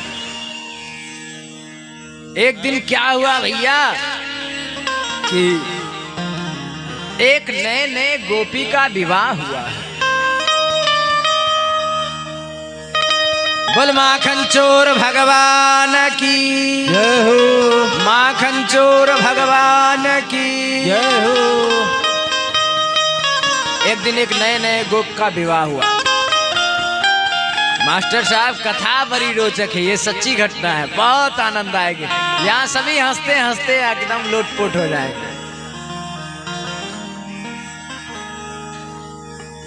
अब सभी लोग बैठ जाएं शांति से, बच्चों से अनुरोध है सभी बैठ जाएं अपने स्थान पे।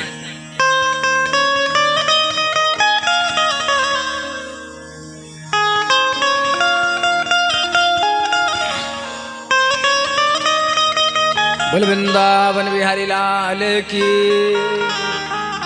जय। जय श्री राधे, जय जय श्री राधे। बोल वृंदावन बिहारी लाल की जय। एक दिन क्या हुआ ठाकुर जी,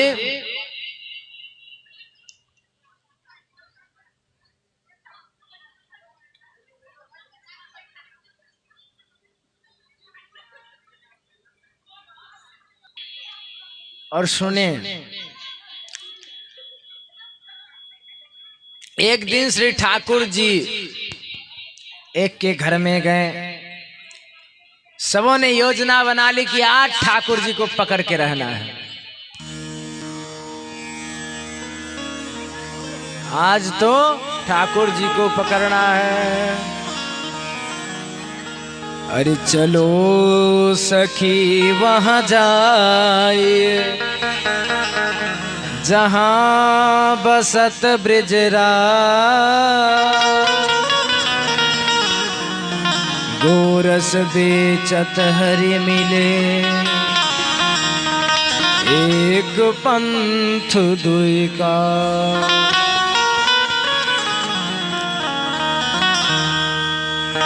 गोपियों का उलाहना तो बस बहाना है,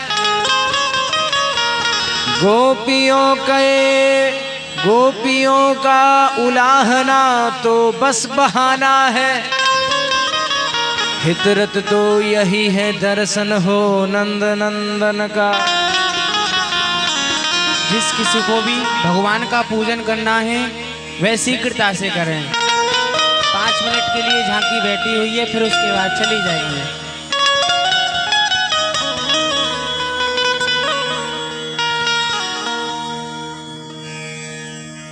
एक दिन श्री ठाकुर जी के लिए सारी गोपियां योजना बनाते हैं। क्या योजना? कि आज तो इसको पकड़ ही लेना है। ठाकुर जी माखन चोरी करने आए, सभी ग्वाल बाल के साथ सारी गोपियां छिपी हुई।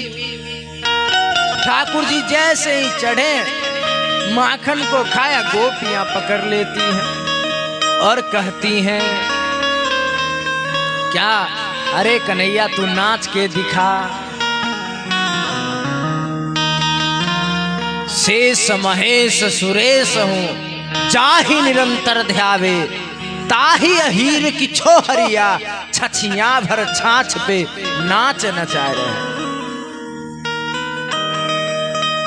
वो गोपियां कहती है अरे मैं नेक से माखन दूंगी, तू नेक से ठुमका तो लगा ले। ठाकुर जी भी अपने एक हाथ कमर पे एक हाथ मस्तक पे रख के नाचने लग जाते। महाराज कवि वर्णन करते तो दुनिया को नचाता है, आज उसी को एक गोपी नचा रही है। ये क्या है? ये गोपियों का प्रेम ही है जो ठाकुर को नचा रही है। छछिया भर छाछ पे नाच। अरे नेक सी छाछ दे दो जो दुनिया को खिलाता है, जो दुनिया का भरण पोषण करता है। आज वो नेक सी छाछ मांग कर नाच रहा है। नेक सी छाछ दे दो। ऐसी श्री ठाकुर जी की लीला। एक दिन तो क्या हुआ, एक गोपी के पास पहुंच गए ठाकुर जी। गोपी से बोली देखो मैं तो चोर हूं ही, क्या करूं, कोई खिलाता नहीं है इसलिए चोरी करता हूं। बोले ठीक है लाला एक काम कर, मैं तुम्हें माखन खिलाऊंगी लेकिन बदले में एक काम करना होगा। काम क्या? देखो मैं गोबर के कंडे बना रही हूं, तुम इसे इस स्थान से लेकर उस स्थान पे रख दो। जितने कंडे तुम इस स्थान से उस स्थान पे रखोगे उतने माखन के लौंडे, माखन के गोली, ब्रज में उसी लौंडे कहते, उतने माखन के गोले मैं तुझे दूंगी। ठाकुर जी भोले भाले बोले ठीक है। अरे गोपी सुन एक बात, अगर मैं गिनती भूल गया तब तो तू क्या करेगी? तब तो तू हमसे क्या छल कर लोगी, इसलिए गिनती कैसे होगी? गोपी बोली एक काम कर, ये गोबर है ना, इसी गोबर से जितने कंडे तुम यहाँ से वहां रखोगे उतने गोबर से मैं ठीके कर दूंगी। 1 2 3 4 5 6 7 8 9 10। ठाकुर जी भी भोले भाले।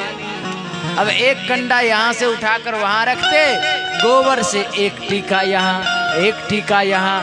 ठाकुर जी हजारों गोबर के कंडे यहाँ से वहां रख दिए। अब वो गोपी पूरे मुख में टीका कर डाली गोबर से, महाराज अब जगह ही नहीं, फिर उसी टीके पे टीके करी जा रही है। ठाकुर जी वहां से आते जाते परिश्रम के कारण पूरे शरीर ठाकुर जी का पसीना से भर गया। इधर से उधर से महाराज वो गोबर का रस महाराज उनके कपोलों से होते हुए ओठों का अतिक्रमण करते हुए महाराज गिर रहा है। वो गोबर का रस पानी से मिश्रित हुए। ठाकुर जी जब शांत हो गए बोले गोपी गिनती कर ले, अब तुम मुझे माखन की गोली दे दे। गोपी बोली अरे लाला मैं तुझे क्या दूं, तेरे चेहरे पे तो एक भी टीका न दिखे। आचार्य कहते ये क्या है, ये भगवान की लीला ऐसी है कि जो अंगराग लगाने के लिए दास दासियां एकदम उद्यत तैयार रहती हैं, उस दास दासियों के अंगराग को छोड़कर ठाकुर जी एक गोपी के प्रेम में गोबर का अंगराग करते हैं। गोबर अपने मुख में लगाते हैं, पान करते हैं। ठाकुर जी चले गए, बोले वृंदावन बिहारी लाल की। इसीलिए मैं इतने देर से दूसरी कथा सुना रहा था। अब आप सभी सुनिए, ध्यान देना सभी, ठाकुर जी बहुत आनंद आएगी। सच्ची घटना, एक दिन एक गोपी का विवाह हुआ वृंदावन में। भैया ब्रजमंडल में अगर किसी का विवाह हो तो यह विधान है, यह नियम है कि वो बांके बिहारी जी का दर्शन करेगा, पति पत्नी सहज। गोपी लंबी चौड़ी मोटी ताजी महाराज एकदम ब्याह करके आई, बांके बिहारी जी का दर्शन की। ब्रज में आज भी प्रथा है घूंघट की, घूंघट करके महाराज चली। अब जैसे ही वो घर में आई, आप सबों का ध्यान कहीं कहीं लग रहा है, ध्यान एकदम केंद्रित करो, फिर हमें भी मजा आएगा। नहीं तो हमारे तो ठाकुर जी बैठे हैं, मास्टर साहब बैठे हैं, बस हो गई कथा।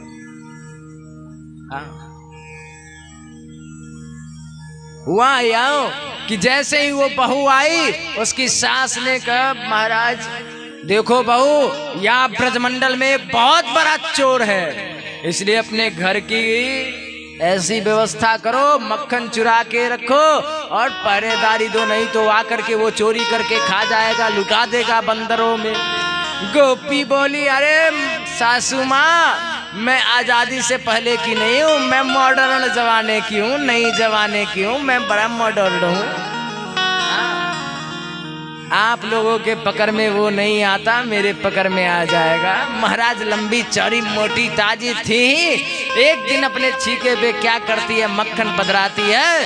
ठाकुर जी ने को लगा अच्छा चुनौती ठाकुर जी को कहाँ से सहन होने वाला।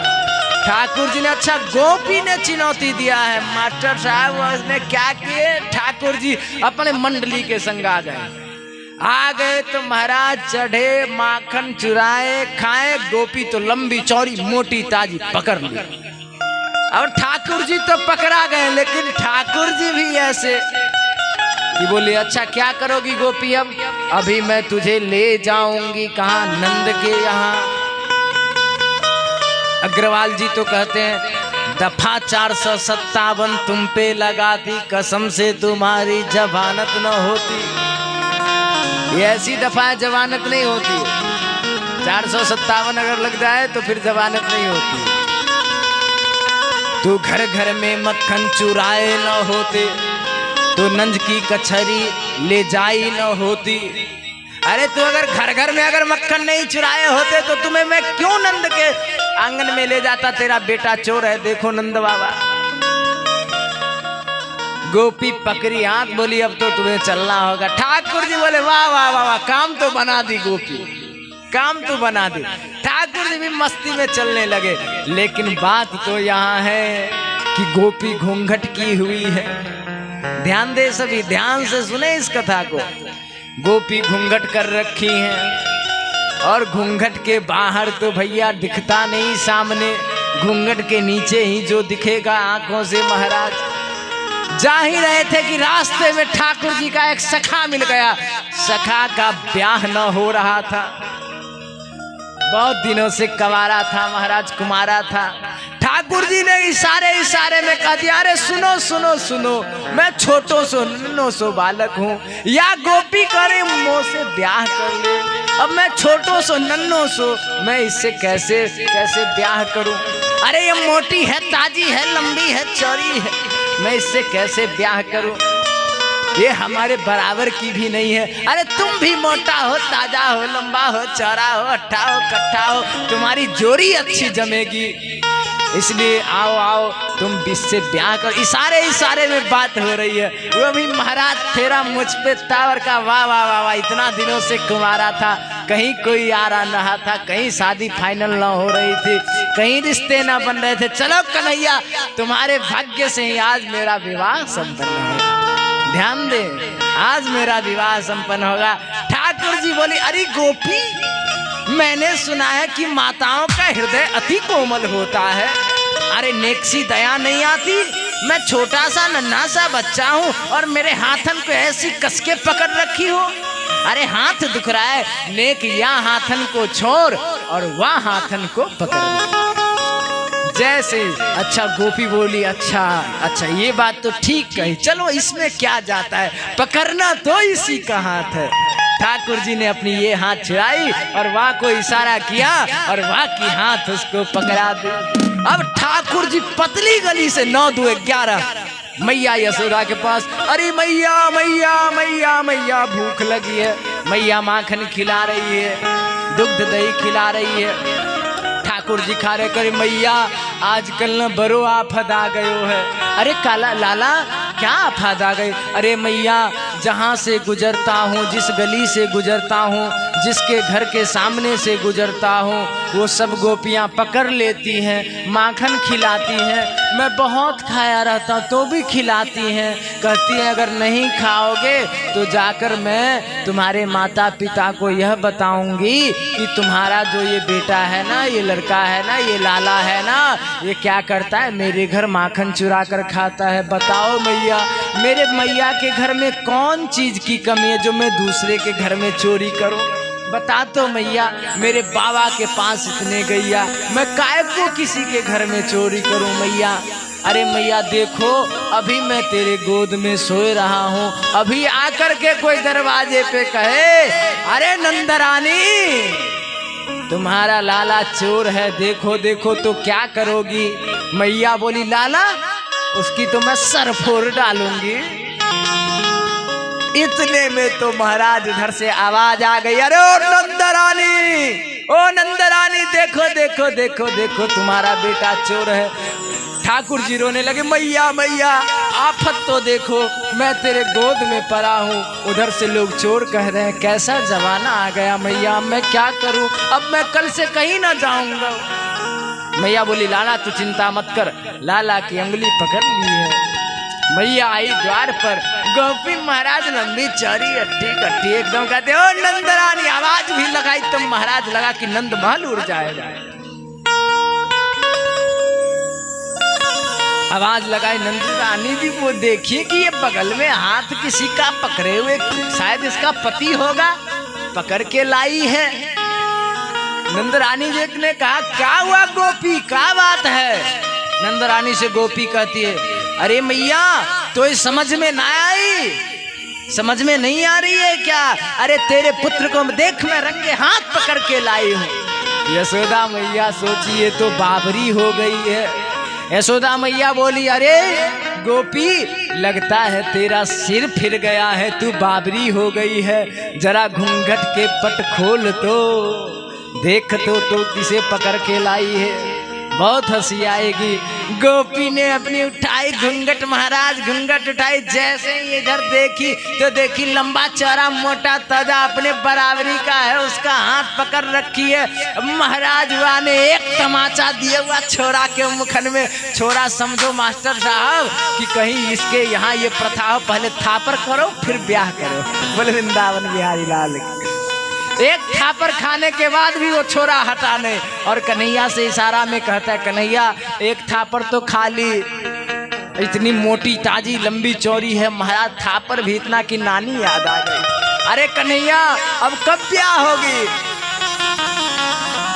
देख ही रही थी उधर से, फिर गोपी दूसरा तमाचा लगाई महाराज। अब दूसरा जैसे ही लगा तो कन्हैया ने इशारा किया कि देख बेटा भाग जा, नहीं तो तू यहीं खत्म हो जाएगा, चटनी बन जाएगा। ठाकुर जी की ऐसी लीला, जिसको बहुत दावा हो ठाकुर जी से, भैया वो ठाकुर के सामने हार ही जाते। गोपी बेचारी हार कर निराश होकर आ गई घर में। सास ने कहा बहू मैंने पहले ही मना किया था, ये जो नंद का छोरा है ना, इससे कोई जीतने वाला नहीं है। एक दिन की बात है, श्री ठाकुर जी को अपनी गोद में बिठाकर मैया दुग्ध पान करा रही थी। उसी समय चूल्हे पे जो दुग्ध उबल रहा था उसमें उफान आने के कारण वो चूल्हे पर गिरने लगा। इन परिदृश्यों को देखकर मैया अपने गोद से ठाकुर जी को हटाकर तुरंत दुग्ध को उतारने गई, क्योंकि चूल्हे पे दुग्ध का गिरना जलना अशुभ माना जाता है। इतना करते ही तो ठाकुर जी को आया रोष और अपने बाबा के जमाने के, दादा के जमाने के सारे मटकी को फोड़ने लगे। महाराज मैया को आई रोष। मैया ने एक छड़ी ली और महाराज पीछे पीछे मैया, आगे आगे ठाकुर जी भागने लगे।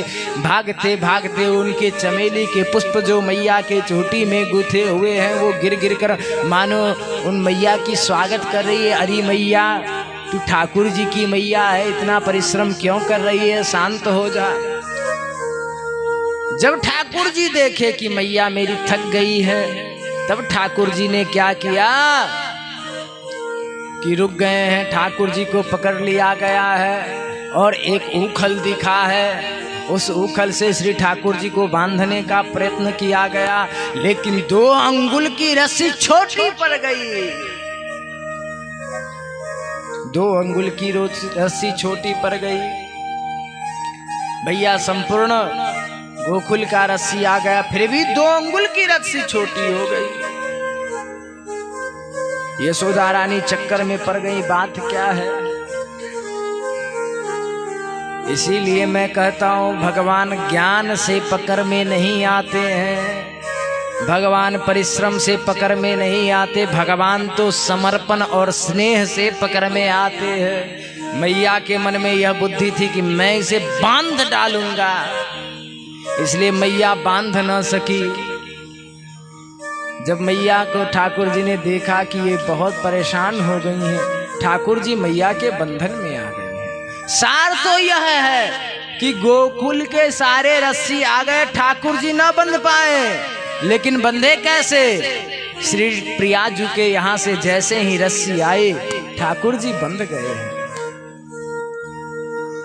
2 अंगुल द्वैत की निवृत्ति, ठाकुर जी बंध गए हैं। इसलिए वहां ठाकुर जी का नाम हो गया राधा दामोदर। बोल राधा दामोदर भगवान की जय। ठाकुर जी उखल से बंध गए, मैया चली गई हैं। उसके आंगन में 1-2 वृक्ष है, यमला जोड़, उसके बीच जाकर के श्री ठाकुर जी नेक्सी जोर लगाते हैं, वृक्ष गिर जाता है, उससे 2 पुरुष निकलते हैं और भगवान की स्तुति करने लग जाते हैं। हे प्रभु,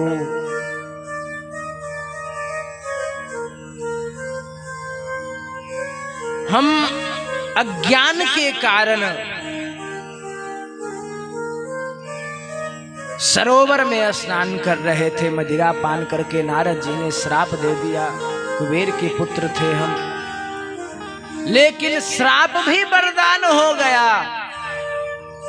वरदान इसलिए कि आपने, नारद जी ने कहा कि जब द्वापर की आयु 125 वर्ष अवशिष्ट रह जाएंगे, तब ठाकुर जी का पदार्पण होगा, तब तुम्हारा उद्धार होगा। इसलिए मैं बड़ा ही सौभाग्यशाली। हे प्रभु, अब आप मुझे अपनी शरणागति प्रदान करें। ठाकुर जी ने कहा तथा इस प्रकार से बड़ी सुंदर स्तुति की है।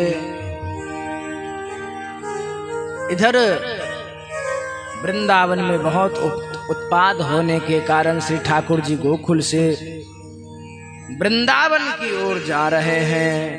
वृंदावन जाकर वत्सासुर बकासुर का उद्धार करते हैं। अघासुर अजगर का रूप धारण करके आता है, ठाकुर जी खेल ले जाते हैं। ये रास्ते में मुख खोल कर बैठा है, ग्वाल वाल कहते कन्हैया देखो ना कितना बड़ा गुफा है, आज तो यही लुका छुपी खेलना है। ग्वाल वाल प्रवेश कर जाते हैं, ठाकुर जी ना करते, ये एकदम टुकुर टुकुर देख रहा है। जैसे ही ठाकुर जी जाते हैं ये अपने मुखन को बंद कर लेता है। सारे ग्वाल वाल तो मूर्छित होते हैं, लेकिन ठाकुर जी ने अपने तेज को बढ़ाया है और उसके मुखन को फाड़ते हुए महाराज ठाकुर जी निकले हैं। इस अजगर का उद्धार से ठाकुर जी करते हैं। ये अजगर अष्टावक्र ऋषि के कारण श्रापित है। भैया किसी के किसी शरीर के ऐसे बनावट पे न हंसो। ये कहाँ कुमार था, कहाँ ये गंधर्व था। एक दिन घूमते घूमते आया, अष्टावक्र जी को देखा तो ये इसने हंसी करने लगा। अरे महात्मन आपका इतना लचीला शरीर कहाँ से मिला है, बड़ा सुंदर शरीर है। अरे बताओ ये किस दुकान से मिली है, दे दो हमें, अरे दे दो। खूब हंसी उड़ाने लगा, क्योंकि आप 8 जगह से टेढ़े थे, चलने में बड़ी कठिनाई हुई। हंसने लगा। कुपित होकर के सा महात्मा ने कहा जाओ, तुम ये कहते हो ना ये शरीर कहाँ से मिला, ये शरीर सांपों को मिला करता है, इसलिए जाओ तुम अजगर हो जाओ। यही अजगर है। इस प्रकार से ठाकुर जी अजगर का उद्धार करते, अघासुर का उद्धार करते हैं। एक दिन की बात ऐसी है कि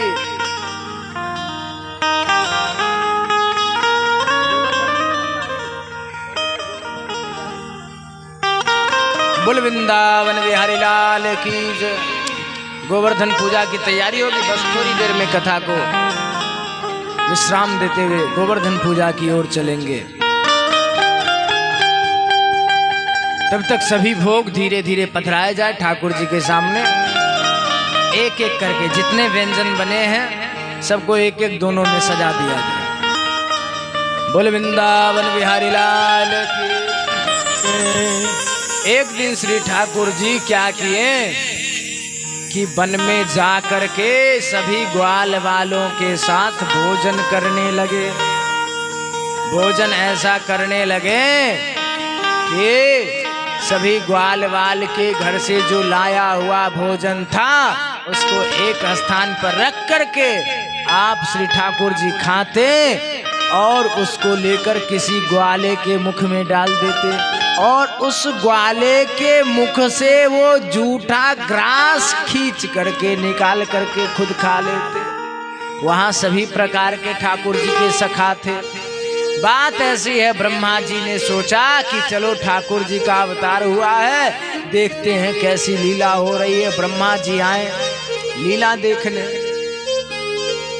जब लीला देखने आए तो आपको मोह हो गया, अरे ठाकुर ये भगवान, अरे भगवान किसी का जूठा खाता है क्या, अरे उसके मुख का निवाला खींच कर खा रहा है, ये भगवान नहीं हो सकता। इस बात की जैसे ठाकुर जी की लीला को ब्रह्मा जी ने देखा कि ब्रह्मा जी को मोह हुआ। जैसे ही मोह हुआ कि ब्रह्मा जी ने क्या किया कि इधर ग्वाल वाल के साथ ठाकुर जी भोजन कर रहे हैं, उधर गैया चढ़ रही है, घास खा रही है। गैया और बछड़े को चुरा कर ब्रह्मा जी ब्रह्मलोक ले जाते हैं। इधर जब भोजन हो ही रही थी तो ठाकुर जी ने कहा, ग्वाल वालों ने कहा, अरे भैया भैया भैया देखो तो सही हमारे बछड़े कहाँ गए, गैया कहाँ गई। सब कहे अच्छा रुको रुको। ठाकुर जी ने कहा तुम सब रुको, तुम सब प्रसाद पाओ, भोजन करो, मैं देख करके आता हूँ। ठाकुर जी जैसे ही गैया के पीछे गए, गैया तो न मिली, बछड़े न मिले। तब क्या हुआ, इधर ब्रह्मा जी सारे ग्वाल वाल को चुरा कर ब्रह्मलोक ले गए। जब ब्रह्मलोक ले गए इधर ठाकुर जी आए तो न ग्वाल है, न बाल है, न बछड़े हैं।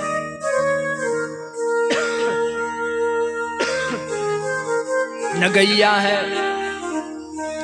ठाकुर जी सोचने लग गए कहाँ चले गए, कहाँ चले गए। तब ठाकुर जी ने देखा, ओह ये तो ब्रह्मा जी का कार्य है। ठाकुर जी एक अपने से ही ग्वाल बाल बछड़े गैया बन गए और वर्षों तक ब्रजमंडल में लीला करते रह गए। ब्रह्मा जी फिर आकर देखे कि देखते हैं यहाँ हो क्या रहा है। ब्रह्मा जी ने देखा कि जिस ग्वाल बाल बछड़े को मैंने चुरा लिया ब्रह्मलोक ले गया। क्या हुआ कि जिसको मैंने चुरा कर ले गया वो तो यहीं बैठा है। फिर ब्रह्मलोक को देखते, फिर इधर देखते, तब बात समझ में आ गई, यही स्वयं भगवान है। चरणों में गिर गए, स्तुति करने लगे, हे ठाकुर जी आप मुझे क्षमा कर दो। अरे आपसे ही मेरी उत्पत्ति हुई है, आपसे ही ये सारी सृष्टि चल रही है, आप ही सबके आधार हो। आपकी इच्छा मात्र से सृष्टि हो जाती है, आपके पलक झपकते ही सृष्टि का प्रलय हो जाता है। ठाकुर जी आप मुझे क्षमा करें। इस प्रकार ब्रह्मा जी ने बड़ी सुंदर स्तुति की है। आगे चलकर धेनुकासुर का श्री ठाकुर जी ने उद्धार किया। और एक दिन की बात ऐसी हुई कि गैया बछड़े यमुना नदी का जल पान किया, जिससे वो मूर्छित हो गए। ठाकुर जी ने अपनी शक्ति लगाकर सबको पुनः प्राण दान दिया है। और उसी दिन ठाकुर जी ने